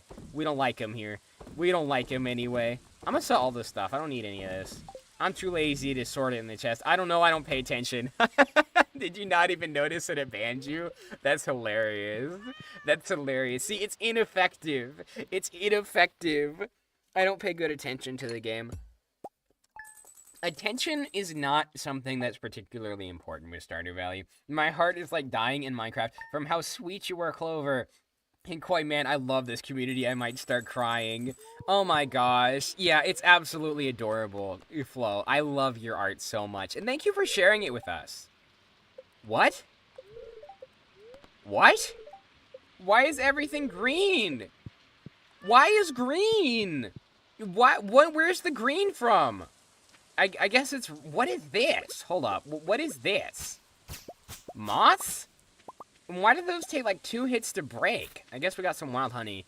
My throat's kind of pale ale. Oh, I don't have any hops. Saw the weather report last night. I'm not sure what will happen, but if anyone wants to take shelter in the saloon, I'll keep it open all day. Gus. Huh. Does anyone else know what this is? This is definitely new to me. Is this a random event I don't know about? It looks like it's growing like a ton of plants for some reason. Not sure what all this is about. Whoa, that plant has a lot of health. Like, holy. Maybe I should have gotten my scythe out. Are the chickens okay? Let's see if the chicken's okay. Oh no, I have 5 more minutes. 5 more minutes? I'm gonna tell you something a little unethical. So, when I was a kid, I don't know if you guys know, but I'm a little bit tech savvy. I tend to be a little bit tech savvy, and my parents, they tried very hard. So, because, as you know, I live in the internet. I've kind of always lived in the internet, so maybe, kind of, sort of, I was pretty good at using my devices. And none of the parental controls they ever used ever worked. None of them ever worked. The biggest one that they tried was, like, this one that they put on my iPad. My iPad that I had at the... shut up, Nightbot. My iPad that I had at the time. Like, I had, like, a first-generation iPad. It was, like, a hand-me-down. I was an iPad kid before iPad kid, you know... And I loved watching YouTube, and I spent a lot of time on the iPad, and the parents were like, you spend too much time on the iPad, so we're gonna put restrictions on how much time you can spend on the iPad. And at the time, the Apple, I don't know if they fixed it, but the Apple parental controls suck. They're really, really bad. So what I found out is apparently Google is not considered entertainment. Google is considered like productivity. So if you ban the entertainment category, then you can still send then you can still use Google. And if you manually ban Google, because they eventually manually banned Google, what I did is I would email myself links, like direct links to websites, because I couldn't use Google. So I opened up my email. And I would just email myself direct links to YouTube. I sent myself an email link to youtube.com, and then I would go in my email, and I would just open the link, and it worked completely fine. Never had such restrictions. Well, only like I should sleep late at night, but not gonna lie, I had a TV in my room, and I secretly watched it in the middle of the night. Yeah, but that's like kind of every kid, though. Every kid that had a TV in the room absolutely stayed up super late watching it. I was never that lucky. I wish, though. Apparently this green rain has put a bunch of ferns all over my farm. Don't know what that is. But none of the parental controls ever worked. I think one of the most interesting ways that I ever got around it was there was a restriction that they tried on the Wi-Fi. They tried to block me from using the Wi-Fi if I used it for too long, or if they thought, okay, you've had enough today, they would block me on the Wi-Fi. Unfortunately, the router was in my room. I had access to the router. And also, again, very tech-savvy child, they had never set up the admin of the Wi-Fi. So I went on the bottom of the router, and I found the default admin password, and I signed in with it. I changed it so only I had access to it, and I made some adjustments about which user was which. So, mysteriously, when certain family members couldn't get into the Wi-Fi, it was because maybe I may have rerouted some of their less fun restrictions back onto them and given myself unlimited access. And it was absolutely hysterical. I even watched horror stuff that were not meant for 11-year-olds. Whoa! Clover's edgy. I have the time limit, 5 minutes Instagram, 10 TikTok, 10 YouTube, and now there's like 45 minutes saying goodbye. This is my last breath. I'm going, no, Ellie! I still have a TV in my room watching right now Blue Period. I also had router access because my parents had no idea. Oh, yeah. I don't know why. That they thought that they could stop the child who did hacking for fun with parental controls. But they thought that this would work. They were very, very convinced that this would work for some reason, and it did not. I don't know what this mossy seed is, but apparently it grows rare trees. I'm just going to plant it. Let's go to the saloon, because Gus said we can take shelter there. So maybe we'll get something if we go to the saloon for it. Maybe we'll get something. I don't know. Oh, this is the final day, so we're probably not going to get that done. I did the same stuff, but I watched stuff on S-Walker and SCP stuff. Oh, yeah! I love SCPs. I love SCPs so much. There's, like, one channel that What is this? What is this? Is this the rare tree that it was talking about? Why are all the trees different? All the trees look weird. Hello? Fiddlehead fern. Oh, is this like a massive fern? Whoa. This green rain stuff is wild. I have never seen any of this before. There's moss on the trees, and there's like big ferns everywhere. I don't know what any of this is or where it came from. SCP I never understood. Okay, so SCP stands for Secure, Contain, Protect, and it's like, it's public domain monsters, or like anomalies, is what they're called, basically. So apparently a long time ago on 4chan, you know, because no one would ever expect that something weird would start on 4chan, right? Someone posted SCP-173, which is basically like the statue, and it chases you, and it breaks your neck when you're not looking at it, and it's really fast. It grabs you. It grabs you if you blink. I love SCP-999. Oh, the tickle monster! I love SCP-999 so much. I saw the weather report last night. It really gave me a scare. And the monsters out there? What's happening? I just got off the phone with the governor. Apparently this rain is supposed to be completely harmless. Just an unusual phenomenon in nature. Still, some of the townsfolk are panicking, which is never good. Huh. I brought some medical supplies, just in case. Be careful out there. Are you alright? We're wondering what's going on. It's a sign from the Almighty. We're doomed. I hope these weird rains don't bother the fish. It could ruin my life. Huh.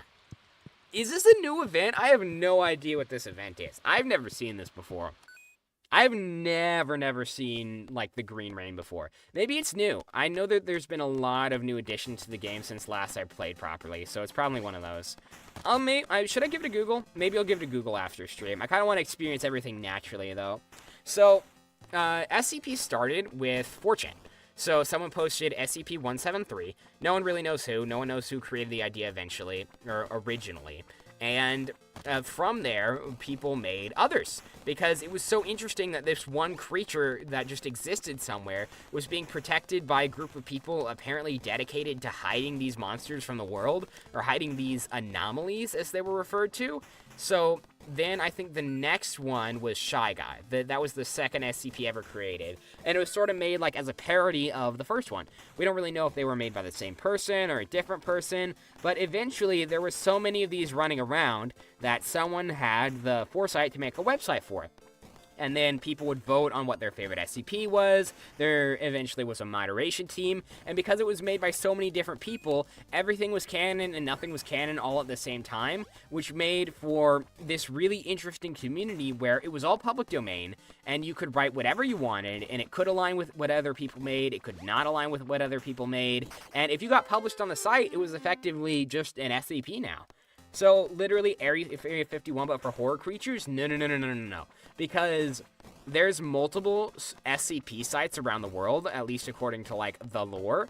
There's multiple sites where these SCPs are being contained, and not all SCPs are monsters. There's one that's just like an area where if you walk into it, you learn everything about one specific thing. So, you might learn literally everything about bread. You might learn literally everything about gloves. You might learn literally everything about your roommate Frank, you know? You could learn literally everything about whatever classifies as one thing.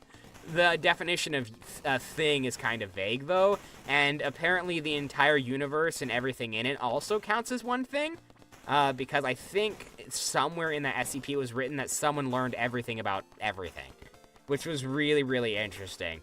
I absolutely adore SCPs, though, and there's been so many good SCP, like, games and content made based off of the original stuff.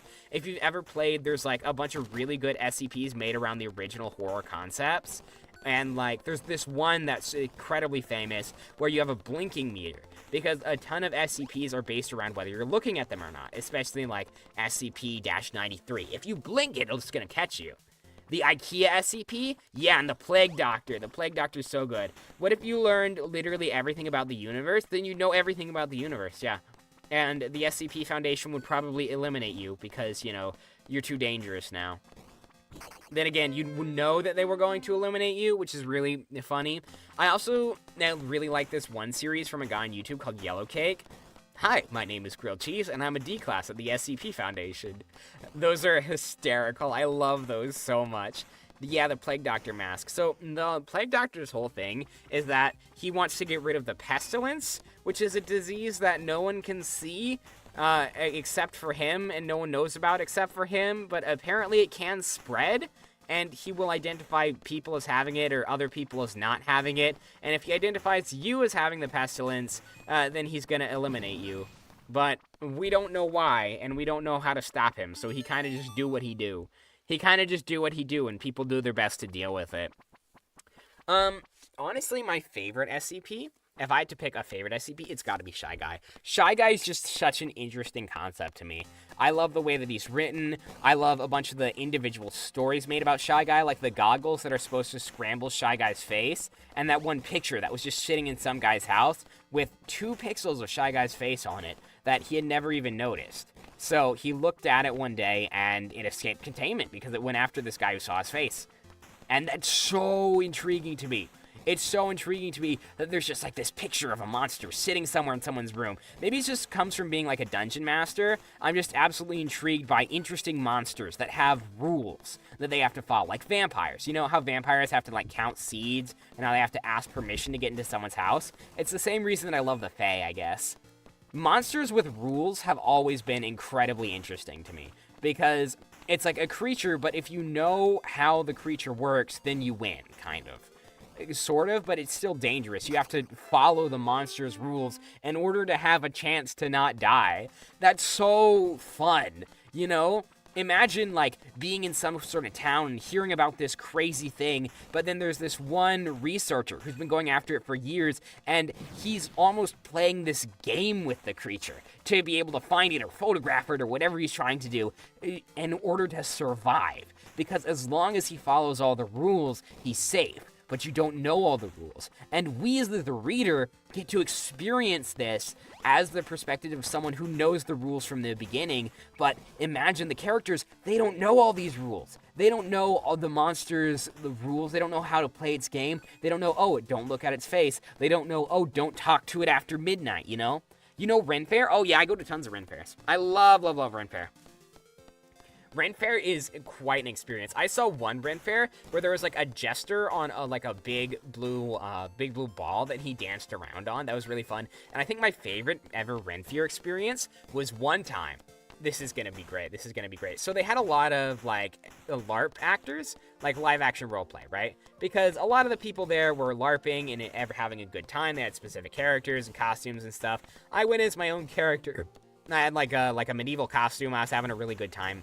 And this one thing that happened is there was this one guy who was being like an alchemist, right? He was an alchemist, and he had on his belt like a bunch of potions and like ingredients to make potions, but the potions that he was making was like Gatorade powder, basically. He made potions with Gatorade powder, but I went up to him and I just started talking to him in character, and we had like a good chat for like, I want to say 15, 20 minutes or something about like, you know, the area, about what's going on, about like the different weaponsmiths. They're basically chatting in character about the Ren Fair itself. It was really, really fun.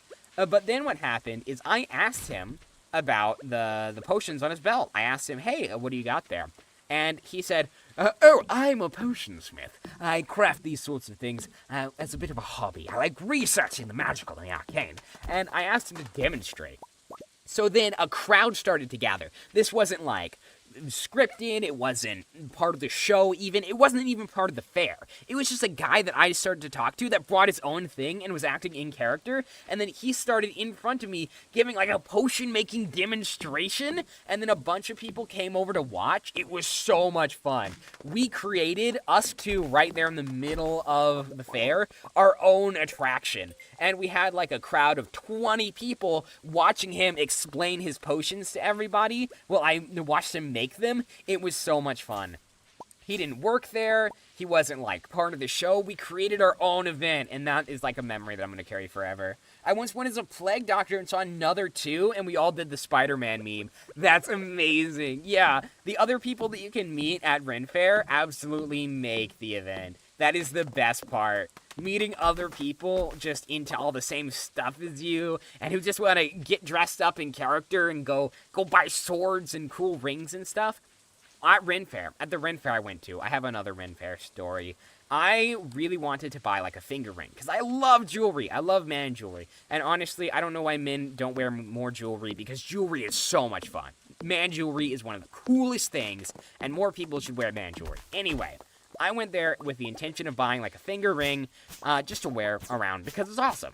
So I went over to what looked to be like a jeweler, and they had a bunch of really interesting pieces of jewelry made from slag and whatnot, forgotten pieces of metal, and I was like, I'm looking for something a little bit more intricate.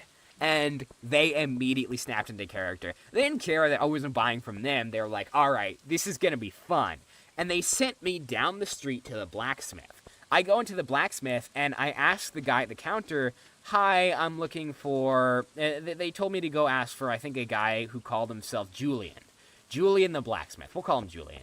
And they said, oh, you want Julian? And then suddenly come bursting out of the back of the tent is this guy in a, like, full wizard drape, extending his arms out and waving his hands over this little plastic ball, and he was like, you ask for Julian. That's me. And I explained to him, oh, I'm looking for a finger ring, sir. I need something to adorn my hands. So he was like, of course, I can get that for you.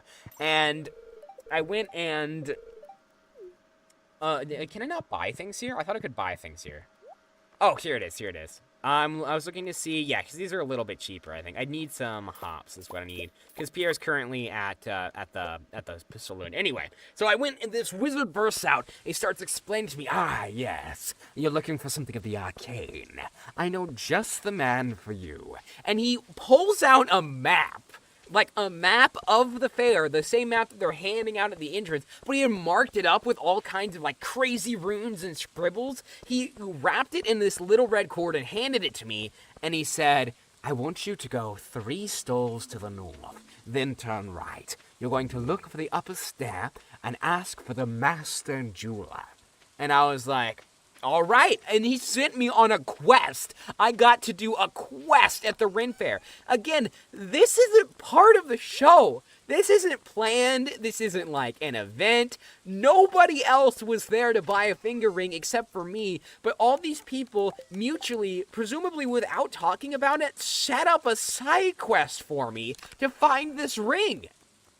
And I went over to the jeweler's stall and I said, hello, I'm looking for the master jeweler. And presumably one of the workers there said, the master jeweler. I know who you're speaking of, but he's not here right now. May I show you some of our wares? We get to talking, and he's showing me off all the different rings, and I'm like, oh, really? I think I'm looking for something more like this. He's like, oh, yeah, we can get you sized. At this point, we're kind of talking about buying the product, and then this guy comes back, because apparently he was talking to a different customer, like on a phone call or whatever. He comes down the stairs and says, I hear that you asked for me.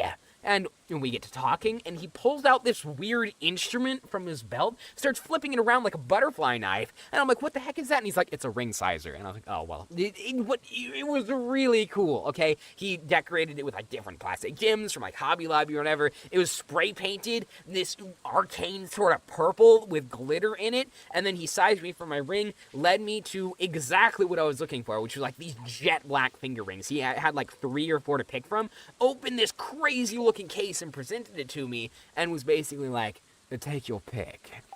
So then from there, I got my ring, and he gave me $30 off. For that entire quest that all these people sent me through, he gave me this ring for $30 off, which is a crazy good deal for the incredibly high-quality ring that I got. I've since lost it. I've since lost that ring, but I had an amazing time. It was an absolutely incredible experience that all of these people could just improvise a whole side quest just from some guy who came to the fair and asked to buy a ring. So, Ren Fair is amazing. If you ever get the chance to go to a Ren Fair, you should totally go. It'll be one of the best experiences of your life. And do not be afraid to get in with the nonsense. You know, get in with the role players. Get in with the people having a good time. You might be a little bit nervous to first start. I know. Yes, it is such an awesome story. I had a fantastic time. And that was my first Ren Fair ever. That was my first ever Ren Fair. So if you have the chance to talk to these people, if someone approaches you in character, go for it, because you will not regret it. Even if it's a little embarrassing, and if you're not really that kind of person who does a lot of, like, LARP, or you don't really play Dungeons and Dragons or whatever, try, because I guarantee you it's going to be a lot of fun, and Ren Fair is an amazing place. Is that Plague Doctor? Hello? Who's this guy? Don't mind me, I'm just collecting some samples, and this may be a once-in-a-lifetime opportunity. Oh, this is Demetrius. Huh. That's interesting. Is your family in your house? Can I slide in? It's green in here, too.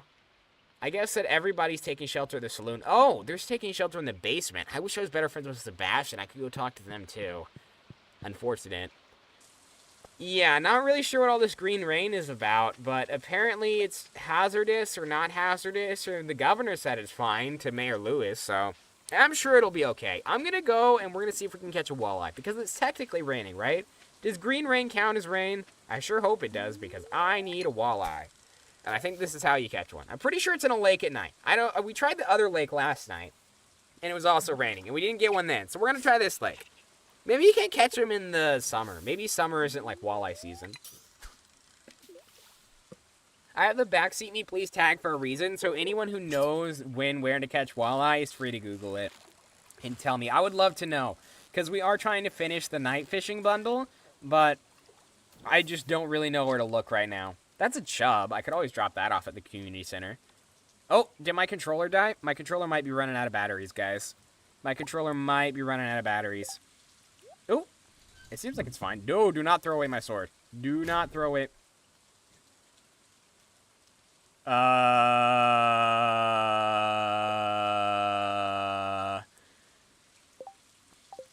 No one saw that, okay? It's fine. We got a different sword anyway. I didn't really want that sword. That was a bad sword, I think. I think that sword was haunted, actually. That sword was cursed, 100% cursed. You know, it's really cursed. It's fine. It's fine. Don't you laugh at me. Don't you laugh at me. I have my controller set up for like Nintendo controls because I grew up on. Oh, it's disconnected again. Yeah, it's running out of batteries. So I have my controller set up for Nintendo controls because I grew up on Nintendo. Don't worry, I have a backup connector just to my PC. And I have to press a button to set it to Nintendo controls on the controller. But the problem is the controller resets to default every time that, you know, it loses connection. So what tends to happen is that if the controller gets disconnected, it goes back to Xbox controls, in which confirm and cancel are switched because the A and B buttons are reversed. So it leads to this little problem where if I forget to switch it back to Nintendo quickly, it glitches out and maybe sort of causes me to accidentally throw away my sword a little bit. It's fine. It's fine. We can get a different sword. You know, swords are replaceable. Swords are replaceable. Though it looks like because this USB is also not working, that I'm going to be operating on keyboard and mouse unless I have a backup. I may have a backup. I wasn't looking at the screen. What happened? I accidentally threw away my sword. I accidentally threw my sword in the garbage can. Okay. I'm going to be right back. I'm going to go see if I have a backup USB cable. I should do. If I don't, we're just going to have to play on mouse and keyboard. I don't really like playing on mouse and keyboard because it's a little bit loud. It's a little bit loud and the cursor gets kind of annoying. But I will see if I have a backup. I should do. But I'll be right back.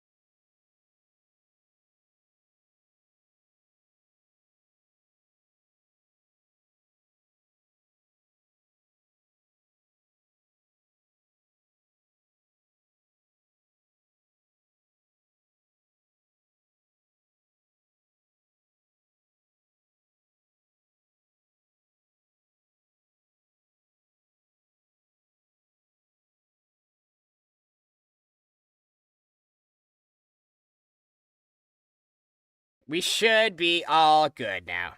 Hey, I am returned. I got a backup USB. I found one. I did find one, so we should be okay. I'm gonna get snacks. Okay, welcome back. I was looking at the screen. I'm gonna get snacks. Yeah. Making sure I didn't miss anyone's messages. Making sure I didn't miss anything. So, I found one. I did find a USB. I have a USB to charge to the controller. It's all good now. It's all good. And switch this back to Nintendo mode so I don't accidentally throw away anything else. Unfortunately, no walleye today either. It looks like we're not going to have a walleye today either, which is really unfortunate. Everyone can see Stardew Valley, right? We just correctly switched over. I just switched over. Okay, good. I'm making sure I've forgotten before and chat has heckled me. I've gotten heckled many a time. Many a time I've been heckled for forgetting to switch it back to the actual game screen. I went back and I found my backup USB and it's hooked up to my PC, so my controller is now wired. It's now wired, everything's plugged in, everything should be functioning successfully. We should be good from here on out. We shouldn't be having any more accidental sword deletion incidents. I'm sure it's fine, though. You know, I have other swords. My other sword, I was literally just complaining that it isn't very strong. But you know what? It's gonna be okay. It's gonna be fine. It's strong enough. It's kept me this deep into the mines, and I'm sure as soon as I find, like, a prismatic shard or whatever, we're gonna be A-okay, because we're gonna get it up to, like, we're gonna go to the desert, we're gonna get the galaxy sword. It's gonna be fine. It's gonna be fine. Ooh, has the rain finally cleared up? Okay, we're back. It looks like we're back. Lolix Oracle, spirits from neutral. Got a spa in your town, relax and hold still in the steaming hot water to replenish your energy. Ah, feels good though, man. Yeah. Okay, so the terrible, awful, disgusting green storm has left us, apparently. I guess whatever happened has passed now. Does it come back, or is that the only one? I hope that's the only one. Because that was a lot of work clearing everything off the farm. There was so many of those massive ferns. I guess we got a lot of fiddlehead ferns, though, didn't we? How many fiddlehead ferns did we get? We got... Ooh, did I trash them, or did I put them away? I put them away, okay. I know that we need some. We need some for cooking, and we need one for a bundle. So let's leave, like, 3. And let's go sell the rest. So just to see how much money we made off of that. If it's a lot of money, I'll totally forgive Concerned Ape for jump scaring me with green rain. I think that's, like, a decent chunk of money. I know fiddlehead ferns are, like, a pretty expensive forageable, so I'm sure it'll be okay. Let me, in the meantime, though, let's try to get as much value off whatever that event was as possible. And let's plant this one as well and check the mushroom cave. Man, I did not expect that. I wonder if there's any other, like, spontaneous weather events that have also been added as, like, random events, random things. Is that random? Is it guaranteed? I don't know. Maybe there's stuff been added, like, ooh, what if we have, like, hurricanes or tornadoes and stuff? I know that we have meteors, and meteors can fall on the farm, and you can get, like, a lot of really good resources from those. Do you think that tornadoes can show up and launch a bunch of, like, new seeds or something onto your farm? That would be pretty cool. I'm almost at the necessary amount of quality crops that I need for the quality crops bundle, so we're going to put these away. And then, yeah, I said that we do quality corn in the summer, and then we do quality pumpkins to finish it off. So we need one more quality corn, and we should be good. And then as soon as we pull the blueberries, then we're going to be all done there. The blueberries haven't finished growing yet from the appearances of it. I do need to actually water my crops today. It's been raining for like 3 days in a row, so I guess it's fair that I finally water them for one singular day. I have to put in a smidgen of effort, unfortunately. It's all good. I hope that everybody's having a lovely time. How are those snacks? How are the snacks, Flo? Has Flo returned with her snacks? What are you eating? Can I have some? Can I have some? I'm eating marshmallows. Right now I have like literally an open bag of marshmallows next to me and a chocolate bar. And it's absolutely wonderful. I got food. What flavor of food though? What type? What variety? You want to share with the class? Do you guys ever have those teachers that say, did you bring enough to share with the class? You know what I did? I got more stories. One time, I had this one teacher who had a really bad thing against kids who were eating gum. He did not like kids who were eating gum. I don't know why. I don't know what gum ever did to him. I don't know if gum, like, abducted his mom and stuffed her into an alien spaceship or whatever. But he hated people chewing gum. And he always asked people, do you have enough for the class? No, then spit it out. And then he very smugly, like, set his gum trash can. He had 2 trash cans, okay? He had one trash can for everything, and then one was his gum trash can of shame. And it was like this disgusting light blue color that he clonked in front of kids, including me, and was like, spit it out. So, what I did is I had the bright idea to bring enough for the class. Because I went, understandable not allow gum because kids always put them under the table. Okay, but it was like, okay, yeah, that is kind of fair. I guess maybe that's his reasoning. And maybe that was why. See, maybe gum teacher wasn't all that bad, but me and everyone else hated him, was the point. Maybe he was kind of a nice guy. Maybe he had a hard time cleaning gum off the bottom of tables. Maybe that's why he banned gum. But I had this great idea. I have chocolate-covered strawberries and a carbonated Japanese drink. Oh, do you have a dominant? I love Ramune. Ramene's great. Is that what you're talking about? It might be a different flavor. And some gummy with olives? Okay, that actually sounds really good. Oh, the chickens are mad because they didn't have hay yesterday. I technically didn't feed them. Oh, no. Looks grumpy. Okay, I didn't have any hay because I don't have a silo, so I did technically not feed them yesterday. It's fine. It's fine. Yeah, you're fine, chickens. Shut up. You're okay. How much iron do I have? We should probably get upgrading on either my pickaxe or my axe. Yeah, let's go ahead and upgrade my pickaxe, I think. If I upgrade my axe, I get access to the secret woods. But I think for right now, my pickaxe is probably more important because I want to get deeper into the mine so I can finish off the boilers bundle. Or the boiler, like, room, I guess, because it's a full room, right? Not just a bundle. So, I had a bright idea. I'm going to bring enough for the whole class. Because the question that he always asks before he tells you to spit it out, did you bring enough for the class? And it just so happened at our local gas station, they were selling a lot of gum. Like, a lot of gum for very cheap. Like, they put some old gum on clearance, and I know it's weird for a gas station to do clearance, but for whatever reason, they had a sale one day. I noticed, hey, the gum is like 50% off. Can I get, like, that massive, humongous, enormous, larger than anyone has ever seen in their entire lives tub of gum for $5? And the gas station guy was like, yeah. So I take this tub and I walk into class and I am chewing that gum as loudly as I possibly can. Okay, everyone else saw me with this tub and they knew what was coming because there were people like looking over and waiting. Lo and behold, teacher comes over. Did you bring enough for the whole class? Yes, I did. I take this humongous tub out from under my desk. I made sure to get there before the teacher, so he had not seen this. And after he clunked smugly his trash can on the desk, I clunked this humongous tub of gum on top of it. You should have seen his face. It went so red. He was so furious that someone called his own bluff.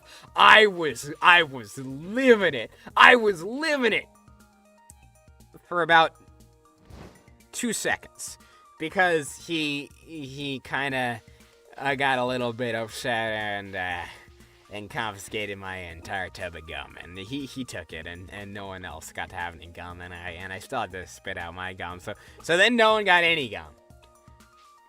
And I got it back at the end of class, but he gave me this whole lecture on disrespecting your teachers or whatever. That's mean. It is. At least he gave it back. He didn't keep it. I got it back at the end of class, but not before he gave me his whole lecture on not disrespecting your teacher. It's fine. You know what? Everyone laughed except for him, and everyone had a good time, and I guarantee you I made some people's day that day. A disrespected teacher? How about not disrespected kids? That's part of it, 100%. Like, a lot of teachers, for some reason, they're all, like, high and mighty. You're in charge of 7-year-olds, dude. You're in charge of, like, tweens. You're not, like, the president. You're not actually important. But it's whatever. I made some kids' day, and you know what? I got my gum. And even if I didn't get to share it with the whole class to rub it in the teacher's face, do you know what I did get to do? I got to eat that entire massive tub of gum all by myself. And it took me like 4 months to get through that thing, but it was fantastic. And like by the end of it, some of it has started to go stale, so like it was really gross at that weird mid stage where gum gets to, where it's like, maybe I shouldn't be putting this in my mouth, but you know what, I am anyway. You maybe remember something from my middle school days? What did you do, Flo? Oh no, what has Flo done? Oh, pause on what Koi did. Flo, what did you do? Okay, we're going to head over to Clint's, and we're going to see about getting my pickaxe upgraded. Because I know it's only summer, or like midway through summer, but I definitely want to have like a very, very high level pickaxe before we hit winter. Because winter, we're spending basically every day in the mines. I'm still really poor because I haven't gone out of my way to do any huge harvest because farming is kind of boring. It's kind of not that exciting. I don't want to spend. It's a lot open. Oh, it's closed. I missed it by 10 minutes. Oh, no, Clint. Okay, whatever. I tried. Do I buy an ice cream? You know what? You know what? I'm gonna buy an ice cream for your girlfriend in front of you. I don't even like Haley. Haley sucked. Oh, I know who I can buy an ice cream for. Where's Abby? Let's go say hi to Abby. That'll make my day a little bit better. That'll make my day better. Let's go hit on the goth girl. Because, you know what? When my day's going bad, I go and I hit on Abigail. And that always makes everything better. Because it's a new week, and we get to hit on Abigail. Abby! Abby! Where is she? Is she in her room? Abby? She's not here. Wait, where's Abigail? Abigail? Maybe she's up towards the mountains? I know she sometimes goes there on rainy days. I don't think she'd be south. Maybe she's by the graveyard? Where does Abby go? Is this the day of her doctor's appointment, maybe? Let's see if she's in the clinic. She could be in the clinic. It's locked. Okay, she's definitely not in there. Huh. No, she definitely does go down to the river sometimes, because I remember one time I definitely saw her walking back up from this way. So let's follow Leia. Let's see if we can go find an Abigail. Haley's going home. Sam's going home. So everybody should be heading home about this time of day. It's not a Friday, so she's not going to the saloon. That is Elliot. He's also headed home. Where is Abigail? I'm kind of concerned that I'm going to get locked out of Pierre's and miss my opportunity today. Should we just go wait for her at the door? I feel like that's kind of creepy, but, you know, it at least guarantees that we get to give her this ice cream cone. I spent like 250 gold on it. I might as well use it, you know? Okay, well, let's go wait at the door. Because I'm pretty sure Pierre's closes, either it's already closed or it closes at 7. So let's try to get inside just to confirm that she's not here already. Okay, sick. We'll go wait. We'll just wait for her to get back. Eat green algae? Yeah, sure, why not? Honestly, what's really taking up a lot of my time is watering all those crops every day. I have so many. I have way too many of them. Yep, 7 p.m. You see, the windows just changed to dark because it's officially nighttime. That's so weird to see the transition. They just go from, like, fully light to fully not light. When does Abby get back? Holy, Abby's staying out late tonight. Abby, where are you? Don't you have a curve? Oh, there she is. There she is. Abigail, I got you a present. No, don't eat her present. Hey, how'd you know I was hungry? This looks delicious. And just like that, everything's back to normal. It's like magic. Yep. Everything is back to normal, just the way that it was before. Let's go fishing. Let's go fishing in the river. You know what?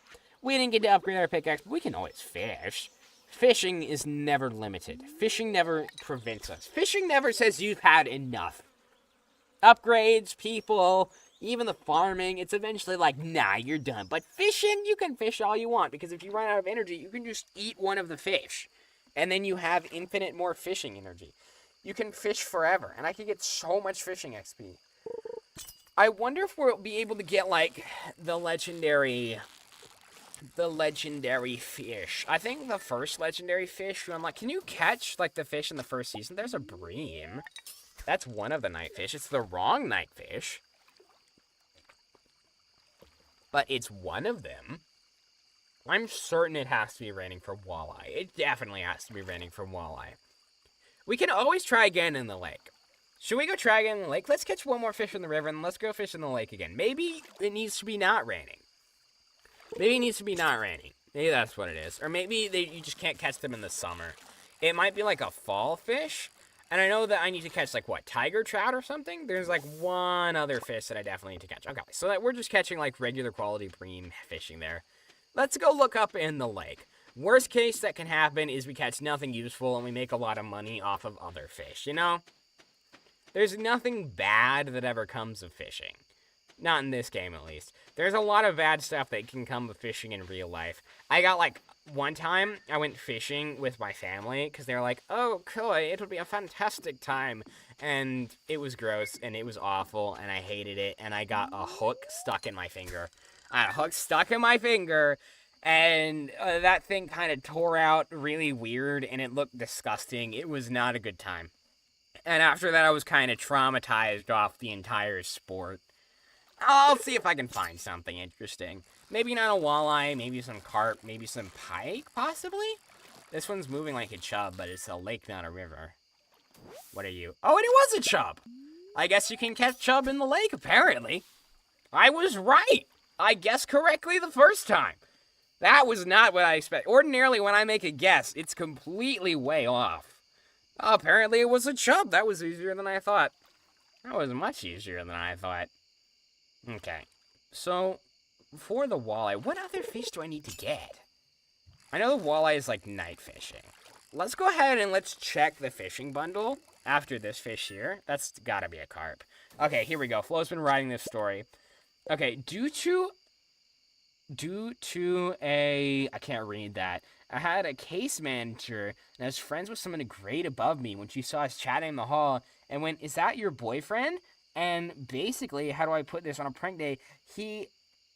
I hit a mosquito noisemaker that I had to play while in her class. I didn't hide it. I had it on me to play every 30 seconds. That's what I did to a teacher. See, but like, that's just you being a bad kid. You hid a mosquito noisemaker in a teacher's class? Wow, Flo's like nasty. Flo's out here like, oh yeah, I did something else to prank my teacher. I hit him in a mosquito noisemaker in their class, and it went off every 30 seconds to slowly drive them unto insanity. And I'm like, ugh. Yeah, Flo. Remind me never to anger Flo, because she's terrifying.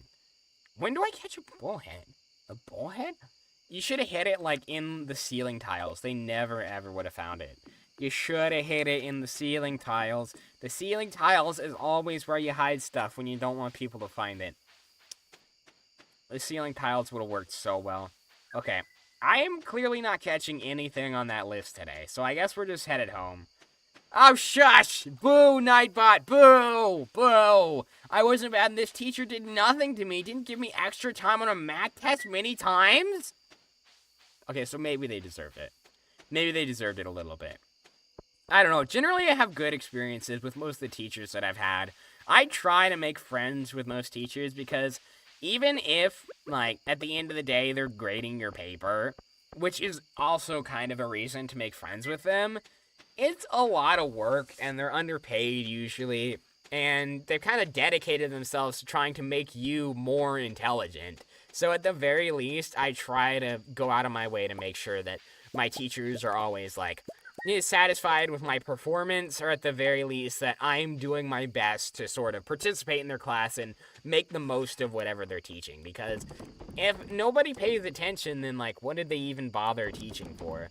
They don't really want to be there either. They just want the paycheck half the time, so... And even then, it's not big enough. So at the very least, I try to be kind of a good student because I want my teachers to know that I appreciate them. Because I feel like everyone definitely needs that, you know? There's a lot of people who work so hard for everybody else and never get any recognition themselves. I always try to make an effort. I make an effort to, you know, go to those people specifically and make sure that, like, hey, man, I see what you're doing, and I'm really thankful for it, you know? Maybe that's just me, though. It was in my pocket, and no one checks pockets. Okay, that's fair. But then also, that's, like, way easier to track it down to you. You're kind of, like, literally putting the guilt on yourself. If the teacher went and found you and was like, hey, where's that strange noise coming from? I could have just, like, found it in your pocket. And would bug me and my 1-year-older friend asking him, bugging me if I like him. Now, the said friend drove my bike, but this teacher was bad. Not me. I was a good student and cared for other kids. Oh, that's sweet. I've got some new ideas to sleep on. Ooh, farming level up. That sounds like a farming level up to me because that happened when I picked a melon. This is corn. Wait, where's my... Okay, wait, no, the blueberries are there. The blueberries are there. Okay, we're still waiting on the blueberries. I was scared for a second. I was like, wait, my blueberries. My blueberries. It's good. Let's go ahead and water all of these, and then we still have everything except for the blueberries. How long do blueberries take to grow? I planted these on, like, the first of the season, right? Those are blueberry plants, right? If they're not blueberry plants, I might be a little bit cooked. I'm sure it's okay. I think they're one of those plants like cranberries where they finish right towards the end of the season because they produce like almost constantly the rest of the time. We should be pretty much okay once they're fully grown, hopefully. And the teachers all liked me, but that one. Oh yeah, everybody has that one teacher that has beef with them for no reason. We don't know why. But I think it's a Spider-Man canon event for the general populace. The one teacher that hates your guts for no reason. Man. It's one of those things where, like, especially with teachers of little kids, they can make or break so much of, like, your hobbies and your life, I guess. I don't want to say your life, but they do kind of do that. Like, I had this one elderly teacher who taught music. Let's call him John, you know, because I don't want to give people's real names. Let's call him John. John was so sweet, and he really inspired in me a love of music that I would not have had otherwise. And sort of through that, I've always loved sound in general. I love music, I love voice acting, I love audio dramas and plays. And without him, I don't know what I'd be doing with my career, you know? He always played the guitar, and he had this thing that he would do at the start of every class where he would pass it around the circle, and it would be like, all right, here's my guitar, go ahead and give her a pat on the case to wake her up. And then he'd play songs, and he'd explain to us how he was playing it, and his different, like, practices that he did, how he practiced how to play guitar, how he learned. It was a phenomenal experience that I wouldn't have had without him, because he made something that seemed mundane to a lot of kids interesting just by expressing his love for it sort of on our level. There's a lot of people who talk down to kids, but it's really, really hard for, I think, a lot of people to talk at the correct level, you know? Because there's a lot of kids who are, I guess, ahead of others, and some who aren't quite there, but being able to meet people where they're at, figure out, okay, you have about this level of understanding, and then talk to them there is an absolute skill. Man, that teacher sounds like one of the best. I make music on my own covers and songs? Really? I am not talented enough. I have written like a couple of songs, but they're all awful. So I keep them to myself, but yeah, definitely, he inspired such a love of music in me. And I learned the ukulele. I tried to pick up the guitar like him because I was like, oh my gosh, the guitar is so cool. Look at Teacher John. He does such a good job. But it wasn't for me. It wasn't for me, honestly. My fingers were really small at the time, and I wasn't really good at picking up individual, like, cadences, and I couldn't press down on the strings very well. But from that, I went and I eventually found the ukulele, and the strings are softer. And it was otherwise more or less the same thing. And I had such a blast with learning it. It was honestly one of the best experiences of my life, and I'm very happy. I'm very, very happy that Teacher John was there to, you know, sort of encourage me to go down that route. I don't know what I'd do without him, and honestly, I'm glad that he was there. Have I already turned in Aquamarine? I haven't, so let's turn in Aquamarine. We're gonna head to Clint, so I'm grabbing, like, the necessary things to upgrade my pickaxe, have a bunch of stuff cracked open, turn in some things to Gunther, all that sort of thing. Do I have a chub? I guess I can bring one frozen geode and a chub to that. Ooh, I don't have a chub. Okay. I did sell a chub yesterday, so I'm kind of unfortunate. I should have thought of that. There's one bundle on the bulletin board. I think it's Demetrius's bundle that requires we, you know, get a certain amount of, oh, I think it's a chub and a frozen geode is what we need. Lore drop of Flow real quick. I did violin, so I learned to play the fiddle and sing some Kane Brown songs. Hyperpop singer, I can't name because he streams on this app, but that's how I found my love in music and singing. Oh! That is really neat. I have one friend that I know who didn't learn the violin. He learned the viola just because he wanted a music scholarship, and there were so many people who played the violin, but he was like, wait a minute, the viola is basically the same thing, but not quite, and less people play it because it makes slightly different sounds, and it has its entirely separate, you know, music scholarship. So he learned the viola instead, and he's an absolute Chad for that because he did get a scholarship off of learning it so well. He won a ton of competitions too. And it's so funny to be able to look back and be like, oh, why'd you learn the viola instead of the violin? He's like, there are too many people, too much competition. I didn't think I could beat him, so I just took the easier way out.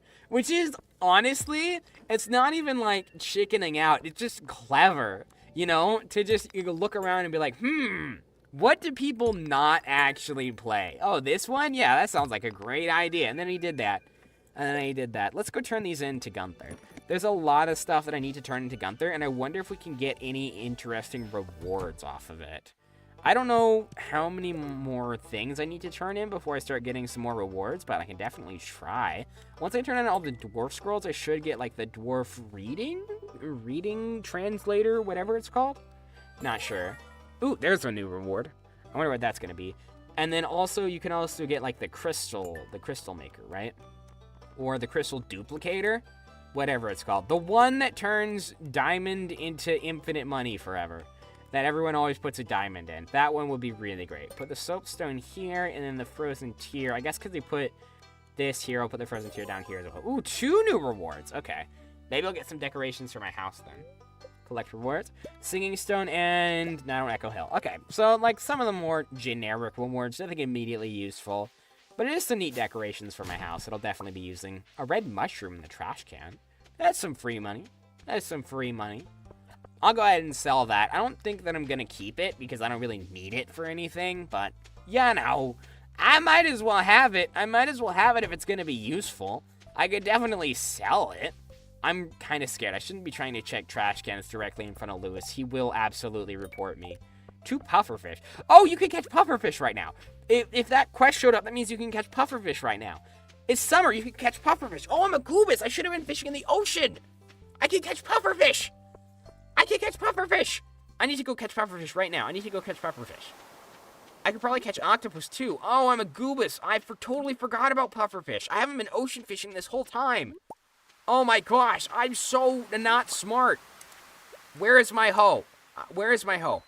Hoe. Ding. Okay. We need to do ocean fishing. I've been trying to do lake and river fishing to catch all the fish that I need. I need to be doing ocean fishing. I can definitely catch some ocean fish that I need for those bundles like right now. Okay, let's check the ocean fish bundle quickly to figure out what we're looking for exactly. Fish tank.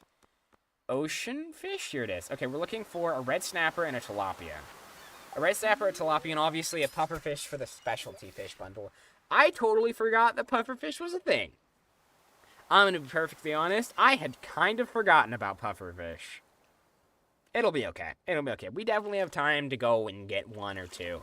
And if I catch 2, I can talk to Willie and get a ton of money off of it as well. And then one of those is going straight to the community center. Oh, gosh, I need to focus. I am doing so bad at fishing. Ordinarily, I get, like, every fish, and I've missed so many today. Yo, that's definitely something. Holy, that's got to be a pufferfish, right? He's moving way too weird to be something normal. That's moving way too weird to be something normal.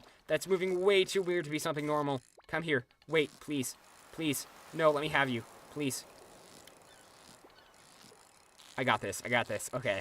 He's trying to escape. I got him. No. Oh, it got away. That had to have been a pufferfish. That was way too erratic to be anything else. Oh, man. I wish my fishing bar was bigger. Hold on. Can I buy an iridium rod? I know I shouldn't. I should be paying for a house upgrade. I should be paying for a silo. I should be getting a horse, but I kind of want it. Ahoy there! Come in. Make yourself at home. Apparently I haven't been in the fish tank. Aye, that's good stuff there. The fish go crazy for it. Just make sure to wash your hands after dipping them in those juices. The aroma has been known to linger for up to 7 weeks, lad. So you've been catching a lot of fish? I don't know why he's Scottish now, but he is. Yeah, I've been catching some fish. A few fish, not all the fish I want. A man after my own heart. Willie's whole thing is he just really likes fishing. You can always trust a fisherman. I can't trust a fisherman. I feel in danger around you specifically. But otherwise. That's what my old puppy used to say, at least. Okay, you're not gonna fish for me, right? I'm safe. We're like friends. We're on good terms. Well, keep it going if you can get every fish in these waters. I've got a special prize waiting for you. Oh, There did not used to be a cutscene about this. This is about the star drop that you get if you catch every single fish. If you complete every fish in the game, he gives you a star drop in the mail. There didn't used to be like any information on this. You just kind of had to do it and then figure it out. What's wrong? Well, business has been tough lately. And it all started about the same time that old community center fell to ruin. Me fish just don't sell like they used to. I've been working double time just to make ends meet. Had no time for my own projects. A lot of things picked back up around here. I might have the time to show you some. Yep, I sees back there. An old friend that's seen better days. Oh, is this the boat? That's the boat that takes you to the island, right? Someday, lad, you'll see what I mean. I think that's the boat that takes you to the island that they added. Can I buy an iridium rod from you, please? Do you sell it yet? He does. I'm doing it. I'm doing it. I'm getting the iridium rod. I know I shouldn't, but I'm going to do it. Pufferfish bait. Increases your chance to catch a... That's literally what I need. I'm just gonna... Yeah, why would I do anything but that? Absolutely. And I'll buy trout soup, too. I'm going all in. I'm going all in. Iridium rod. Yes, please. Pufferfish bait on the rod. How do I equip this? There it is. There it is. Hopefully this should make things easier. And I'll go ahead and I'll eat that trout soup, too. This should definitely help me catch a pufferfish, because you know what? I'm going to make all this money back, because Willie will pay me for catching 2 pufferfish, and then one of them is going straight to the community center, so... Whoa, that's definitely a pufferfish. That is a pufferfish, alright. Hello. What the frick? That is so hard to catch. Oh my gosh. This is not a pufferfish. You are not a puff... Oh, man. I got the pufferfish bait, though, so we should have a much better chance. That's a flounder. Originally, there weren't, like, specific fish bait. That's got to be a new thing, right? Are you a pufferfish? Maybe it's a pufferfish. It's moving pretty fast, but I don't think it is. It kind of only went down and then up. Yeah, it's a tuna. Okay. Come on. I only have, like, a few pufferfish bait left. I got one, like, the first time. That's a pufferfish. That's a pufferfish. No! That's so hard. I only have 2 left. I might not be able to get it today. Come on, please. That is kind of clever of Willie to put a request for a pufferfish on the board and then sell pufferfish bait immediately. Maybe he's trying to make money off of me. He's trying to make money off of me because he doesn't think I can do it. Willie's trying to deceive me. Willie's trying to hoodwink me out of cash. He's trying to get me to buy his pufferfish bait so he can get me to not catch the pufferfish so he doesn't have to pay for it. He's going to have to pay for it. I'm going to catch this pufferfish, and I'm going to make him pay me that money for catching 2 of them. I got to catch 2 pufferfy. I'm going to catch both pufferfy, and he's going to have to give me money for completing his quest that he thought was impossible. There's the first one, and now I need 1 more. This is the second one. On our last piece of bait, we got the second pufferfish.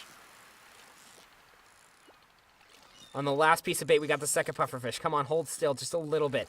Just a little bit, please. Come on, Willie. I will best you, Willie. I'm better than you. I'm better than you, Willie. I'm better than you. I am better than you. Pay up, buddy. Pay up, pay up, pay up. Yeah. You thought you could trick me into buying a bunch of your bait? You thought you could trick me to buy a bunch of your bait and not pay up? Hey, you succeeded. How unfortunate. Now, the pufferfish is an exciting catch, don't you think? Sometimes they seem so smart, it's scary. Oh, here's your reward. Congratulations. How much money? How much money? How much money? 400 gold. I still got scammed. Willie did know what he was doing. He priced that correctly. Holy, I definitely spent way more money on bait than he spent on that ad that was free that he posted in town. Dang it! Okay, we got a little bit hoodwinked by Willie, but it's fine. It's totally fine, because you know what? You know what? We might have gotten hoodwinked by Willie, but we have 2 pufferfish now, which means we can sell 1, and we can give the other one to the community center specialty fish bundle. And then if that doesn't finish the specialty fish bundle, I think the last one is just the one that you have to catch in the desert, right? Yeah, should be at least. That's a red mullet, not a red snapper. I'm not really sure when you can catch red snapper. Red snapper is the other fish that I need for the ocean fishing bundle. But I've only been getting, like, smaller fish thus far. I mean, tuna's a pretty big fish. Do you know in real life, tuna are, like, huge. They're bigger than people. I never thought of tuna as being that large because, you know, they're always in, like, the tiny packets. So I always think, like, oh, yeah, it's a little tuna fish. They caught the tuna. Apparently they take a humongous fish and they dice it up into a bunch of different things. I think one tuna is worth, like, $6,000, something? It's obscene. I saw this one show on TV once where they just went out with a bunch of fishermen. And they were like, oh, yeah, here's how we catch fish. This is a big fish. And they just took it, and they're like, oh, yeah, this is a tuna. That's like $8,000. And I was like, what? That is a tuna? It was humongous. It was humongous. I have a lot of respect for people who can do that. I cannot do that. Apparently, I get a fruit tree seed from turning the seed peach sapling. That is not the prize that I need. I think I need a different fruit tree sapling for one of the bundles. But I'm going to go turn in the pufferfish before I forget. It should be an apricot or the purple one. What's the purple one? It's for the wizard bundle, right? I think it's for the wizard bundle. Let's check here. Enchanter's bundle. It's a pomegranate. That's what it is. You need a pomegranate, and that only comes from a pomegranate tree. So you do have... Oh, and apples. So you have to buy a pomegranate and an apple tree. Okay. And where's the specialty fish bundle? Here it is. So here's the pufferfish. They're both silver quality. Wood skippers from the woods and sandfishes from the desert. So those are basically finished. As soon as I craft some crab pots, that's basically done. Tiger trout is fine, walleye, bullhead, and then the ocean fish. Those last two are going to be tricky. I'm not sure where to get those.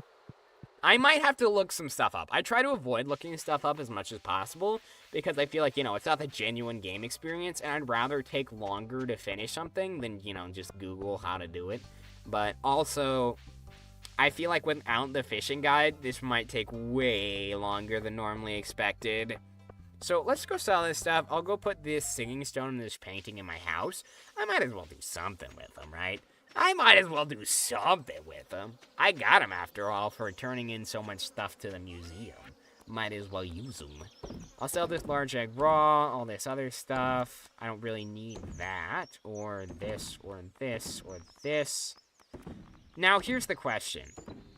Where should I plant the peach sapling? Because we're not going to get it this season. We're not going to be able to harvest it until next year. So it needs to be in a place where it's not going to be a problem. Because I don't want to have to cut it down. And it's not like you can move it once you've planted it, right? It's a tree. So, I could just do like the cheesy way out. And I could just, you know, put it in a box and then worry about it later. But I do kind of want the profits from the tree. I'm sure next year it won't really matter, though, right? Once we're, like, in our second year of Stardew Valley, I'm sure it'll be fine, really, like, regardless of what's happening. So maybe we should just, you know, stick it in a box. That's probably the safest thing to do. Because worst case scenario, we can just wait until we have a greenhouse, and then we can put it in the greenhouse. I'm pretty sure you unlock the greenhouse from which room of the thing? We have everything unlocked except for... Oh, we do have the vault unlocked, huh? The vault is unlocked. We just need a lot of money for this one. That one's absolutely doable. That one unlocks the bus. The greenhouse is unlocked by the pantry. Okay. Oh, and I do have the 5 quality corn to turn into that as well. I can turn in honey and jam to this. Okay. Honey and jam, and I can turn in a peach as well. I can also turn in a peach to that. Okay, so let's plant the peach tree. Hold on, I got an idea. Let's plant the peach tree. I'll just deal with it after chop it down. It's not a big deal. Because like I said, money won't be a big deal next year, right? So let's plant it there. We'll get that eventually. And then what we should do is we should take the quality corn that we saved. Let's go turn in the quality corn. Let's go turn in the melon and the tomato and a hot pepper. Oh, not a good hot pepper. Let's turn in a bad hot pepper because it's all the same to community center, right? Yeah. Turn in all of that. Then, what else can we do here? I know that's all for the crops. We need to turn in, oh, a large egg of both colors. Okay, I could have done that today. I'll do that tomorrow. Large egg of both colors, a bunch of other quality animal stuff. Honey, and also we need some jelly, looks like. So let's make some jelly right now. If I grab some fruit. Do I have any fruit? Ooh, none of this is fruit. Huh. Okay, so we'll wait until the blueberries are done, and then we'll do the jelly. And we'll turn that in, presumably, with the next wild honey. Yeah, without a guide, it can take a while, but if you manage to do it on your own, that's such an awesome thing. You are right. It would be really cool if I managed to do it all on my own. Might take a while, though. I can turn in construction bundle. 99 wood twice, 99 stone, and 10 hardwood. So that's just like 200 wood, 100 stone, and 10 hardwood. Do we have that right now? Hold on, wait. We have stumps. It's 10 hardwood, right? I might have that right now. 2, 4, 6, 8. Yeah, we have that right now. Hold on. If we chop down these stumps, we can go finish that now. And then all it is winter foraging and we're done. Yo, wait, this might be easier than I thought it was. And we can spend 2,500 gold on the 2,500 gold bundle. That's not too shabby. So we should be finishing like a lot of stuff in one go here. Okay, and let's take the secret path down here because I'm too lazy to walk around. That brings us up to 10, right? And we'll mine the rest of it just because we're here. We always, always, always need hardwood, and this is like the best way to farm it. Also, I don't want to need like 5 million hardwood later and be like, oh man, if only I'd been cutting down the stumps every day so I don't have to sleep 5 million times. These stumps regenerate every day, because ordinarily the only way that you can farm hardwood is on the secret woods, but because we picked the forest farm, we can farm hardwood before then, which is really, really nice. So I think that's enough. Yeah, that's enough to finish it right now. Okay, so we'll go finish that one. What else can we do? We can't finish any other bundles, it doesn't look like. Nothing else is finishable. Crab pots. I need to make some crab pots. So let's make crab pots now. We're going to just dedicate a ton of time to finishing as much community center stuff as I've forgotten about as possible. Okay. Crab pot is wood and iron bars. I definitely... Oh, I don't have enough wood. It's okay. Let's chop down some trees on the way there. There's, like, trees on the way there. Yeah. I haven't tapped, like, 2 of these. We can chop both of these down, and then hopefully that'll be enough. What's my energy at? I have, like, a little bit left. I should be okay. As soon as I see, like, I'm starting to get exhausted, though, we'll stop. Okay, that is 19 wood. If we get a little bit lucky on this tree, we should be able to make 1 crab pot.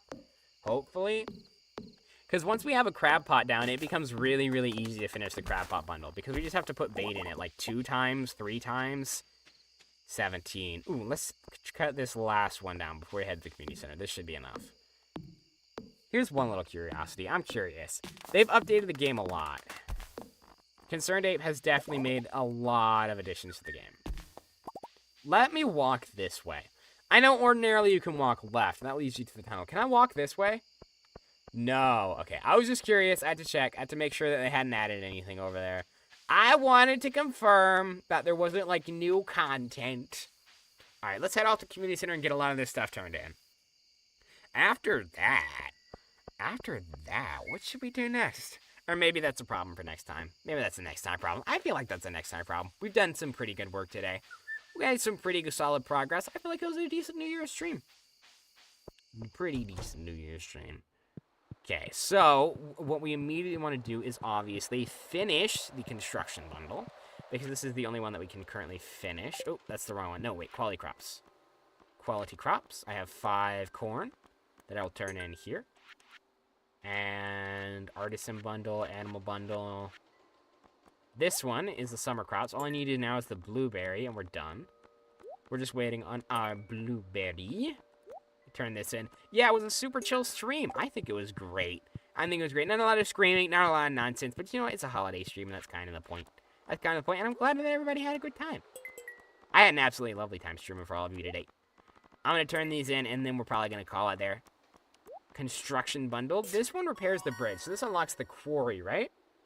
I think this unlocks the quarry, at least. And then we'll go and we'll buy the... Ooh, charcoal kiln. Nice. We're going to go buy the 2,500 gold bundle as well, just to see what that is. Because once we unlock the desert, then we can finish up that specialty fishing bundle. And that should make a pretty decent chunk of progress as well. Okay, 2,500 gold. Let's see what this one gives us. Purchase. Chocolate cake. That's pretty decent. That's a pretty good reward, I'd say. That's going to be great in the mines as well, because that's so much food. Or we could also sell it. It is a lot of money. It is a lot of money. Oh, Nightbot was a mean bot. Isn't this right? Yeah. Nightbot's a jerk. Nightbot's a jerk. I will go into the settings and I will make sure that Nightbot stops screaming at people because we have Seribot for auto mod. Seribot does a great job of doing our auto mod. Seribot has been fantastic, okay? I've never once regretted adding Seribot, but Nightbot is complaining at everyone. Nightbot sent Ellie to the abyss. I didn't give Nightbot permission to do that. I didn't tell Nightbot that was okay. Nightbot was making executive decisions. I was like, okay, buddy. Okay, calm down there. Calm down. And save. Let's see how much money we made. Ooh, achievement Cowpoke for making 50,000 gold. What's Mr. Key doing? Hello? What are these? What is this?